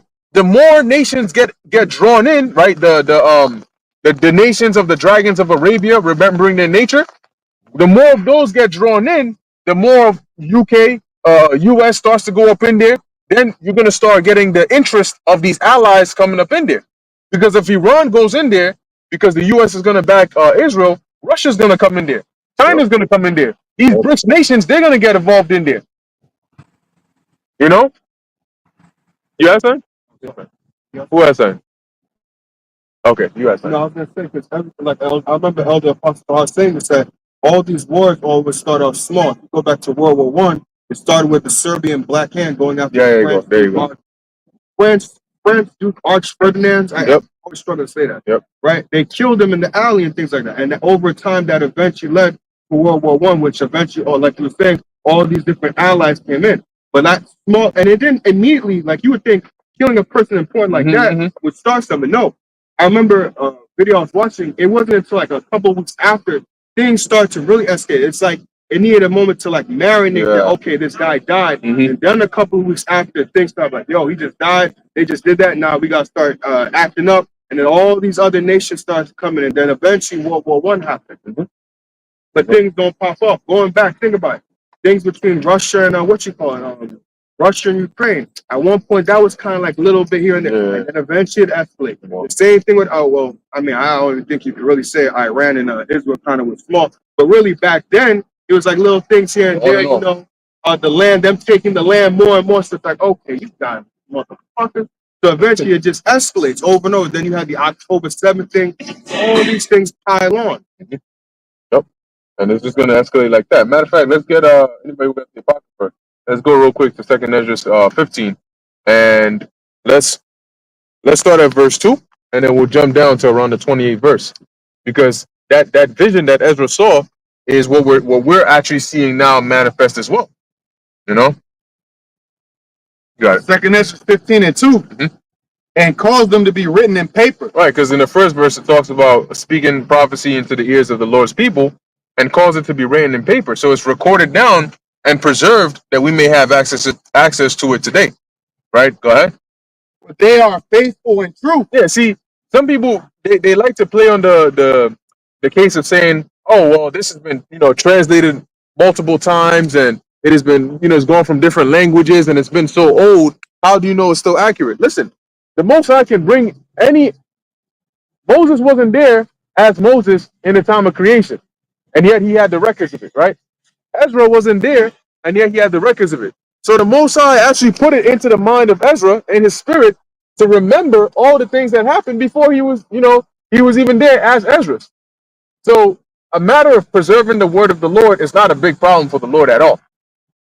Anyway, as it says, cause it to be written down, so the Lord had it recorded. Go ahead. Fear not the imaginations against thee. Because think about it. What sense would it make for the Lord to give these visions to the prophets? They don't understand it. It wasn't for them, it was for us, but he doesn't have it preserved for us. So he just gave them the visions, they saw it, they told it to those that were around them, and then they died. Then the visions died with them, because now we don't know them. Right? That doesn't make sense. Go ahead. Let not the incredulity of them trouble thee. Yeah, don't let the disbelief, you know, the faithlessness of them trouble you. Because some people who are not strong-minded, by seeing the disbelief of others or the disapproval of others, they get weaker. They start to think maybe there's something wrong with me. You allow your vibration to be lowered by people of low vibration. The Lord is saying, don't let that happen. Yeah, you're a few, but you're more. Look, 5 lions are stronger than 100 sheep. You know what I mean? So it's not really about a numbers game here. It's about quality. Go ahead. That speak against thee. For all the unfaithful shall die in their unfaithfulness. There you go. So we know what your end is going to be. You come in and you say all these things. Hey, you lost a potential follow. You better pray that you're of the elect. Because if not, then you're going to die in your unfaithfulness. End the story. Go ahead. Behold, saith the Lord, I will bring plagues upon the world. And that's what we're seeing happening now. And a plague is not just a disease. Okay? When the missiles are a plague. And the Lord said he's going to bring plagues upon the world. Go ahead. The sword, Uh-huh. famine, death. And all these lead to death. The sword, the famine, these are different ways. These are the Lord's killing instruments. Go ahead. And destruction. And destruction. Go ahead. For wickedness hath exceedingly polluted the whole earth. So this is why the Lord is going to bring that. And anybody who's honest with themselves would agree that wickedness has exceedingly polluted the face of the whole earth. So now I think we're good on that. We can jump to the 28th verse to get the main point on that. Here's the last part of that verse. Yeah, you got it. And their hurtful works are fulfilled. There you go. So the Lord gave them and by them primarily America, really the world, but primarily America, because this is Esau's kingdom. But he gave them a measure, right? You can go up until this point, and that's why it says he has set bounds that they cannot pass. So you can go up until this point, but at this point, when your measure is fulfilled, you're done. And it was the same thing with the Canaanites. The Lord said, I would drive them out little by little, right? Because he had a certain measure that they had to fill before he would justify us taking that land by basically kicking them out of that land because they had fulfilled their measure of wickedness. So the Lord is just and fair in everything he does. Just because you don't know what his inner plans are doesn't mean that, oh, the Lord did something unjust. No, you just don't have enough information on it. Like, you may walk into a room and see a dude just slap the hell out of him. You know what I'm saying? If another guy, oh shit. This is why the scriptures say, meddle not in matters that concern thee not. Because you came in and you just saw the effect. What if this guy right here got up and slapped that dude's woman? And you walked in at the part where he gave him the Will Smith slap. Whoa. You know what I'm saying? Got dude looking like what's the Chris Rock? Dude lost weight immediately on the spot. Oh shit. He aged a couple years. But the point is, if you walk in at that part and you're you can't do that, you're going to attack this guy. Now you want to, you know what I'm saying? You should have just minded your own business. I just want to add to your point because I think the scripture says also judge not the matter before you know the cause. Right. I'm roughly paraphrasing it. We live in a society of the soundbite, and that's what they're going to do to us. Yep. They're not going to show you the thousands of years of slavery. They're not going to show you how they did us in that time. They're not going to show you everything that led up to us coming out here and saying your kingdom's going to be destroyed by thermonuclear fire. They're just going to focus on that. These guys are extreme, but it wasn't extreme for you to take us from where we were at and bring us here to be slaves to build up your kingdom. It wasn't extreme for you to steal our heritage. You see, but that's what they do, the soundbite era. Well, they did that 2017 or 2019, somewhere along those lines, when you had it was like a mix of the Covington High School situation, and then you had the Hebrew Israelites came up in the news, and on Fox News, you know what they did? They showed the brothers that used to be like the original GMS San Francisco camp, the Bay Area, right? And what they did was there was this Edomite woman that came up, she was all wild and out and shit, and I think she ended up touching him, and one of the brothers pushed her. You know what they showed on Fox News? When he pushed her and she fell on the floor. That was the only part they showed. They said, look, these guys are look at them. Oh my God, that helpless woman. That woman got arrested when the cops came over there because she was harassing the brothers. But that's the soundbite era. That's why the Lord called Herod a fox, man. That's why Yahweh Shai called Herod a fox.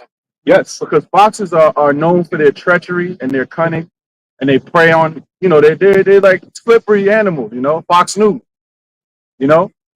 That's why the Lord said that. Go and tell that fox, man. That's it. Because that's what you Edomites are, foxes. That's why when BB went up there, Net and not of you went up there and he was talking that smack, people just walked out. They're like, man, I don't want to hear this fox talking shit. I'm out. That's what they do. They come forth speaking lies, man. That's all that's like a fox is made to do what it does and be cunning and be treacherous and use that type of little deceptive means that it does, base ways. That's the same way Esau is. The Lord even likened some of the prophets unto foxes, man. Or I think in Ezekiel it mentions that. Yeah. Prophets are like foxes, man, in the desert. Tricky ass niggas, man. But yeah, I got you on 28. Yeah. Did you have something? Okay, Shalom, I got something real quick, then you bring it. Yeah. I forgot what it was that you said, but something that you said brought this up. I'll just read it. Genesis chapter 15 and verse 12. And when the sun was going down, a deep sleep fell upon Abram, and lo, an horror of great darkness fell upon him.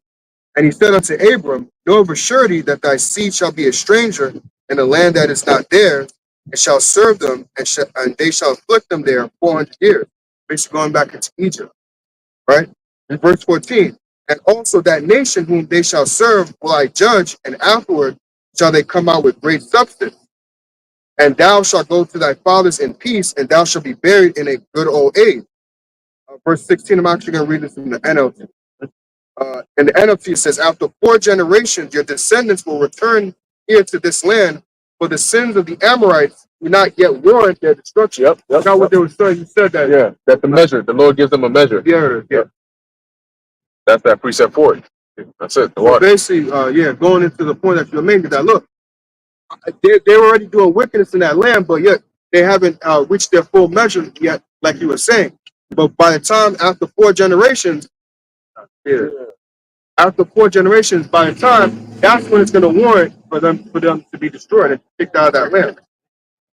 Yep. Hey, like Revelation 18, Yeah. sins have reached onto heaven. No, there was another one I was thinking of. Sodom, No, where it says to the time of the Gentiles be be fulfilled. Yeah, that's also in Revelation. Yep. I'm trying to John of the Gentiles. That's it. You got it, bro. Yeah, I wanted to add on to the point about the foxes. There's a term that they use for foxes. They say the sly fox. Remember when we were children growing up, they used to say that in stories. And Now, when you Swiper was a fox. Swiper, yeah, Swiper, that's it. Right. And you know, Yahushua called as Shar mentioned, Yahushua called Herod a fox, right? Because the Edomites are known for being that type of they have that shit. They have that kind of spirit, that sly spirit. Now when you go into that word sly, all right, it says skillful, clever, dexterous, right? Wise. Scripture says that what he's wiser than Daniel, right? That there's nothing that's hid from them. Okay, it says what? Prudent. Okay, crafty, right? The crafty counsel of the wicked, right? Now, when you go all the way down, it says deceptive language. Okay, so when you if somebody says that you're a fox, that means that you're able to use deceptive language to fulfill a certain wicked agenda or prophecy, or I guess you can say prophecy because something that's yet to happen is a plan, right? An agenda in this case, right? So Esau, those think tanks that they have, those meetings that they go into, right? Micah 2:1, right? They devise iniquity, quietly in their beds and so on and so forth. That's when they do these meetings, right? The pact, the UN pact, and all that. They're not asking the average citizen, "Hey, what would you like to?" This is plans they've had for years before motherfuckers was even born. And you being around, like they're not looking at you as a person who has rights or somebody who their rights needs to be respected, the human rights and so on and so forth. When a nigga comes up and says, "Look, we want to put a C-hip in you," they're not respecting any type of rights you got. When they openly come out and say you will own nothing and you be happy, in other words, you're gonna be a slave. That's what that means. Because when you own nothing, you have nothing to bargain. Not even Right? you. Not even you. You see what I'm saying? So you have nothing to bargain. That means that you are a slave. He said the scripture says what the borrower is servant to the lender. So in the case where they say, "Oh, you own nothing and you be happy," but they say it in such a way that you and this and the charter this and by 2030 we're gonna have this, and people look at it like, "Oh shit, green energy, wow, so that, oh this." No, you're gonna be renting everything. Like, "Oh, why do you want to own a phone? If you don't own a phone, you can just lease the phone for a period of time, and then when you're done, you could just return it." Well, motherfucker, the reason why I want to own a phone is so I can have my own shit.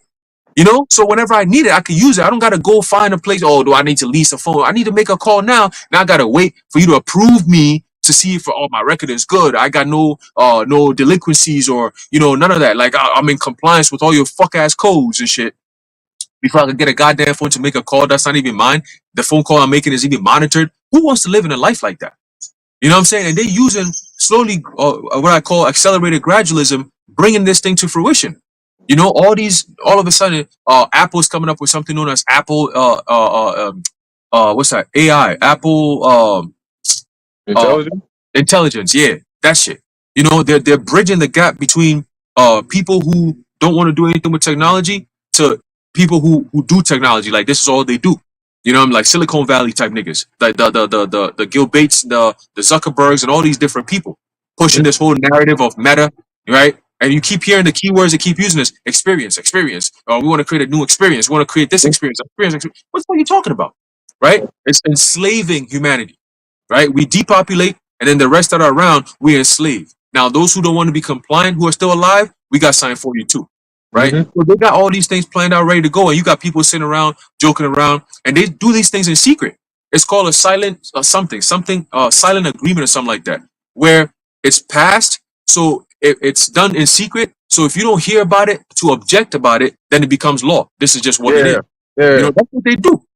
So now that's why it's important for us to come out and speak these things, because it's putting a dent in their plans. If it wasn't for this truth and us pushing every day, yo, the who that's trying to push this one accord treaty, all these different things, you even had redacted talking about it on multiple occasions. It had people aware of these things, and they're like, hold up, to the point where Congress is like, we're not with this. So they said, fuck it, we gotta try something else. So now they're coming with the new UN pact shit.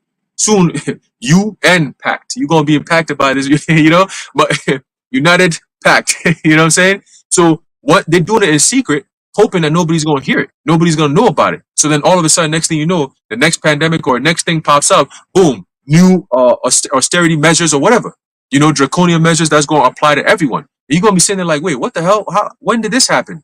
Well, according to this, and that. Well, it was passed. You ain't hear it. You ain't see it. You ain't say nothing about it. So we just made it law. So that's just what it is. You just gotta deal with it. Now you and your country is subject to these laws that you didn't even have no consent in passing.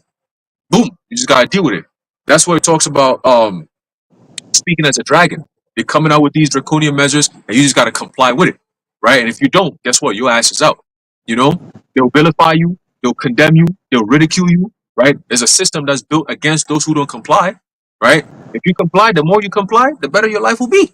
You see? But at the same time, it's like, damn, like you're still oppressed. You know, you gotta go to them for everything. You gotta have fucking verification for everything you do. Like, damn, who wants to live like that? You know? So they're creating that system where everyone's gonna be frustrated. You don't want to be every day, you gotta make a phone call, you gotta put a verification to make sure it's you. You want to go on the website, you got to make sure it's you. It matches your credentials with your government ID, your social credit, this and that. It's all linked up, right? Everything is, linked up to the cloud, to the internet. So now it gets to a point where it gets so frustrating. You're like, yo, can we have an easier way to do this? Like, oh yeah, of course. Oh look, we have a convenient, we have a carbon footprint for you. You see, that goes underneath your skin, and now you don't have to go through all this verification, annoying shit anymore. You don't have to worry about any of this. Guess what? Pops in your hand, you scan it, and boom, off you go. You see? So hey, let's do it. And then boom, they're all gonna do it because why not?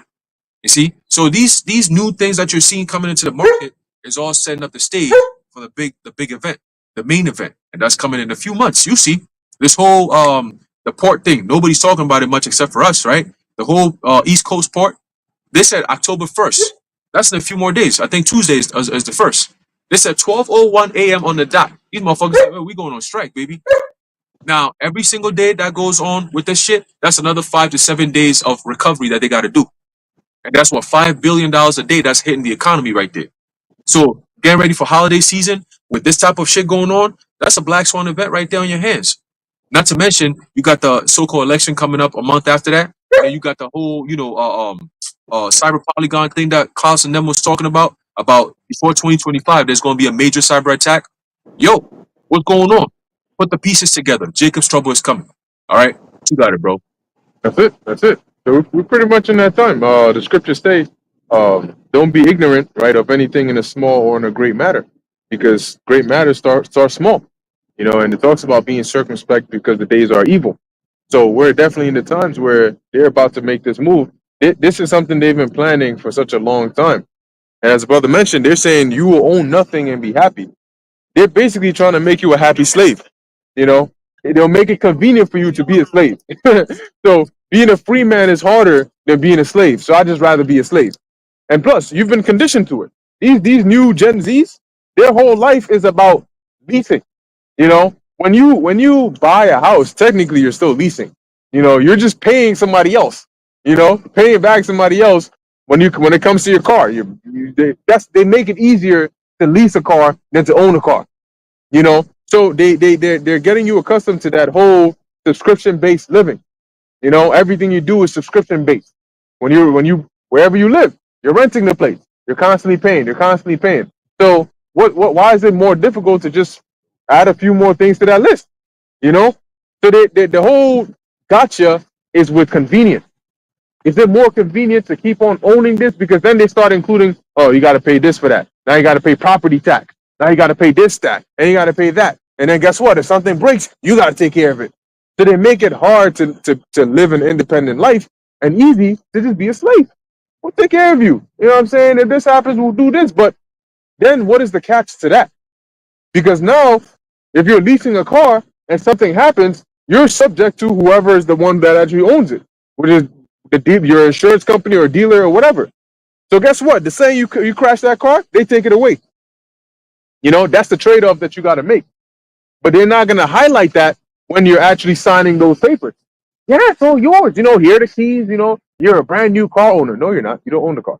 You know what I'm saying? But if you own the car, they'll tell you, well, you know what? On these roads, you can't drive. We own the roads. So this is the direction, like the brother said, that they're going with this. And they're basically trying to trap you. They're trying to trap you and stress you out because it's a, what's the word I'm looking for? It's like forcing you indirectly. You know, the ball's in your court, but I own the court. You know? Coercion. Yeah, coercion. Yep. Coercion tactics. That's what they do. They'll tell you, look, we're not going to make you do it, but just know that if you don't do it, you can't do X, Y, and Z. It's just the reverse way of doing the same thing. You know? It's like, you know, I got to think of an example, but you get the point that I'm making here. Can we actually, yeah, go ahead. It's like giving you the freedom. It's like, all right, you could roll with me, or you could jump off this cliff. But it's your freedom There to you do it. go. Yep. You have the choice to jump off the cliff. I'm Mhm. giving you the choice. Mhm. And that's why you got to take heed to this word, because there's these sly foxes and wolves out here that's gonna get your ass, man. Mhm.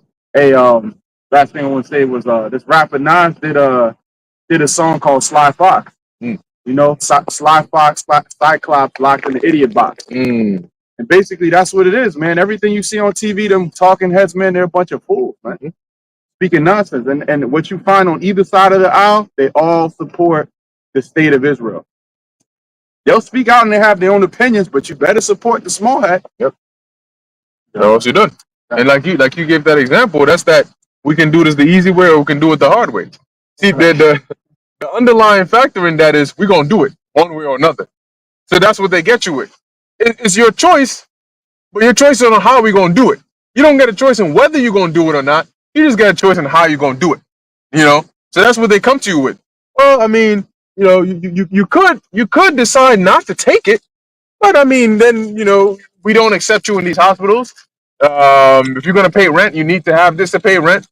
So that's like you go to the job and they tell you, well, I mean, you don't have to have direct deposit, but if you don't, we can't hire you. So what's it going to be? Well, I need the job. Well, I mean, the decision is yours. No, it's not. You're forcing my hand. That's what they call forcing your hand. You know, but they do it in such a subtle and sly manner. You got it. This is 2 Corinthians chapter 2, verse 11. That Satan should get an advantage of us. So now who is Satan? In this case, Satan is the adversary, right? And the ultimate adversary here is Esau Edom. So lest they get an advantage of us, right? Go ahead. For we are not ignorant of his devices. So we just gave you examples because the devices go into their planning, you know, their schemes. Amplified. To keep Satan from taking advantage of us, for we are not ignorant of his scheme. Ah, there you go. So these are their schemes. That's why they're those sly fox. You know, they scheme. So we're not ignorant of their schemes. We just gave you some examples of some methods that they use. Coercion tactics. You know, they tell you something indirectly, but they're telling you what it is. Like, you know, some people, like some workplace, toxic workplace environments. You got a boss that wants a sexual favor from the person working for him. He's not gonna come out directly and say it, but he's gonna say, you want that raise, you know what I'm saying? You need to do what you gotta do. You know, so they'll say it indirectly. And basically what they're saying is, I'm not gonna give you a raise unless you do what you gotta do. What the fuck you mean what you gotta do? You know what I'm saying? What you gotta do, you know what I'm saying? But that's how they do it. So these are tactics, these are parts of their schemes or devices that they use. And like the brother mentioned, now they already have the MOTB technology. They have the infrastructure. So now what's the next step? I've given this example before, right? If I gotta come to ICR, offer it to him, then I gotta come to Shalimar, offer it to him, then I gotta come to the bar, then I gotta go to everybody to do this. I would rather just have all of you. That's why we have group chats, right? I don't want to private message every single person saying the same thing. I'd rather put you all in one group chat and then present it to you all at the same time. So now that they have what they're ready for, they want to unify everybody with that pact. And then that way they only do it once, and it gets to everybody. And since everybody's in agreement, we have this global citizenship. If you're not in agreement with that, you're a dissident. There's an episode in Black Mirror that goes into that. And we were watching it last time, and this chick, her credit score dropped all the way to the bottom to where she couldn't even hitchhike. Nice little thick white chick. Yeah. She got into an argument at the airport, the person she was talking to decreased the credit score. She's like, no, wait, you don't know that. Sent in some more. Now, guess what? She was about to board a flight, but based on that interaction, her credit score was too low. She couldn't board the flight. So she had to find another way to get transportation. Now she couldn't even take the bus. So this is literally the grooming that they're setting the world up for. Was that it on that? Yeah. Let's run it back and then we wrap it up unless brothers got anything else. 1 second, that's 15. No, we good on that. I want this one right here. 2 Corinthians chapter 2, verse 11. Mhm. These things should get an advantage of us. But he's going to get an advantage of the rest of the world. Revelation 3 and 10. Go ahead. For we are not ignorant of his devices. So we're ready. And the Lord is going to give us, the Lord has given us the knowledge of what to look out for, but he's going to give us the strength and the spirit to stand by that. For we are not ignorant of his devices, right? And so when they come out and they say, oh, you know, we're doing this, we're doing that, we're like, yo, my man, it's just like you said, just come straight with it, bro. We know what you're here for. You know, like when the police come around and they start asking, they start going all the way around. Yo, look, bro, there's only one, you never show up here. There's only one reason why you want to show up here, you know? So anyway, end of story. Point is, the way we're not going to be taken advantage of by not being ignorant of their devices is really by the spirit and power of Yahweh Ba'ashem Yahweh Shai. Because knowing is not enough. You know, the scriptures talk about faith without works is dead. Knowing is not enough. Knowing not to take the MOTB is not enough not to take it. No, what you just said remind me of Yahushua when he had to get taken. The disciples then, when they saw everybody pull up with Judas, they was confused, like, what's going on? Mm-hmm. Imagine you're in that scenario with your family, they come to your door, it's like, what's going on? What's all this? Right. But you already know, it's like, look, I've been doing this for a while now. You haven't pulled up, like you said, y'all now at my door now, I know what this is already. Like, this is not a surprise. Yep. But the family, like, Mm-hmm. the same thing with like the disciples in Yahushua. Yahushua already knew Judas is right there. He's with the mob and all that. I already know what this is. You about to go take him. Mm-hmm. That's why one of them, I think it was Peter, that smoked air because like, nah, you ain't about to take him. Because they're like, what the hell is going on? Mm-hmm. There you go. So you're prepared. That's why you got to be prepared in the mind. So at that time, because when you're unprepared, it's easy for you to be susceptible to their coercion tactics. But when you are prepared, water, you know, you already know what time it is. So anyway, we're on the Lord's time. And brothers don't got anything else, we're going to close it out here. All right. So Lord willing, this is edifying to the elect. In closing, we want to give all praises, honor, and glory to Yahweh, Bahasham, Yahweh Shai, Bahasham, Rakah, Kodash. Until next time, Shalom. Shalom, Yahweh Shem Yahushai Barakatam to you, brothers. Yahweh Shem Yahushai Barakatam to the elect. Shalom. Shalom.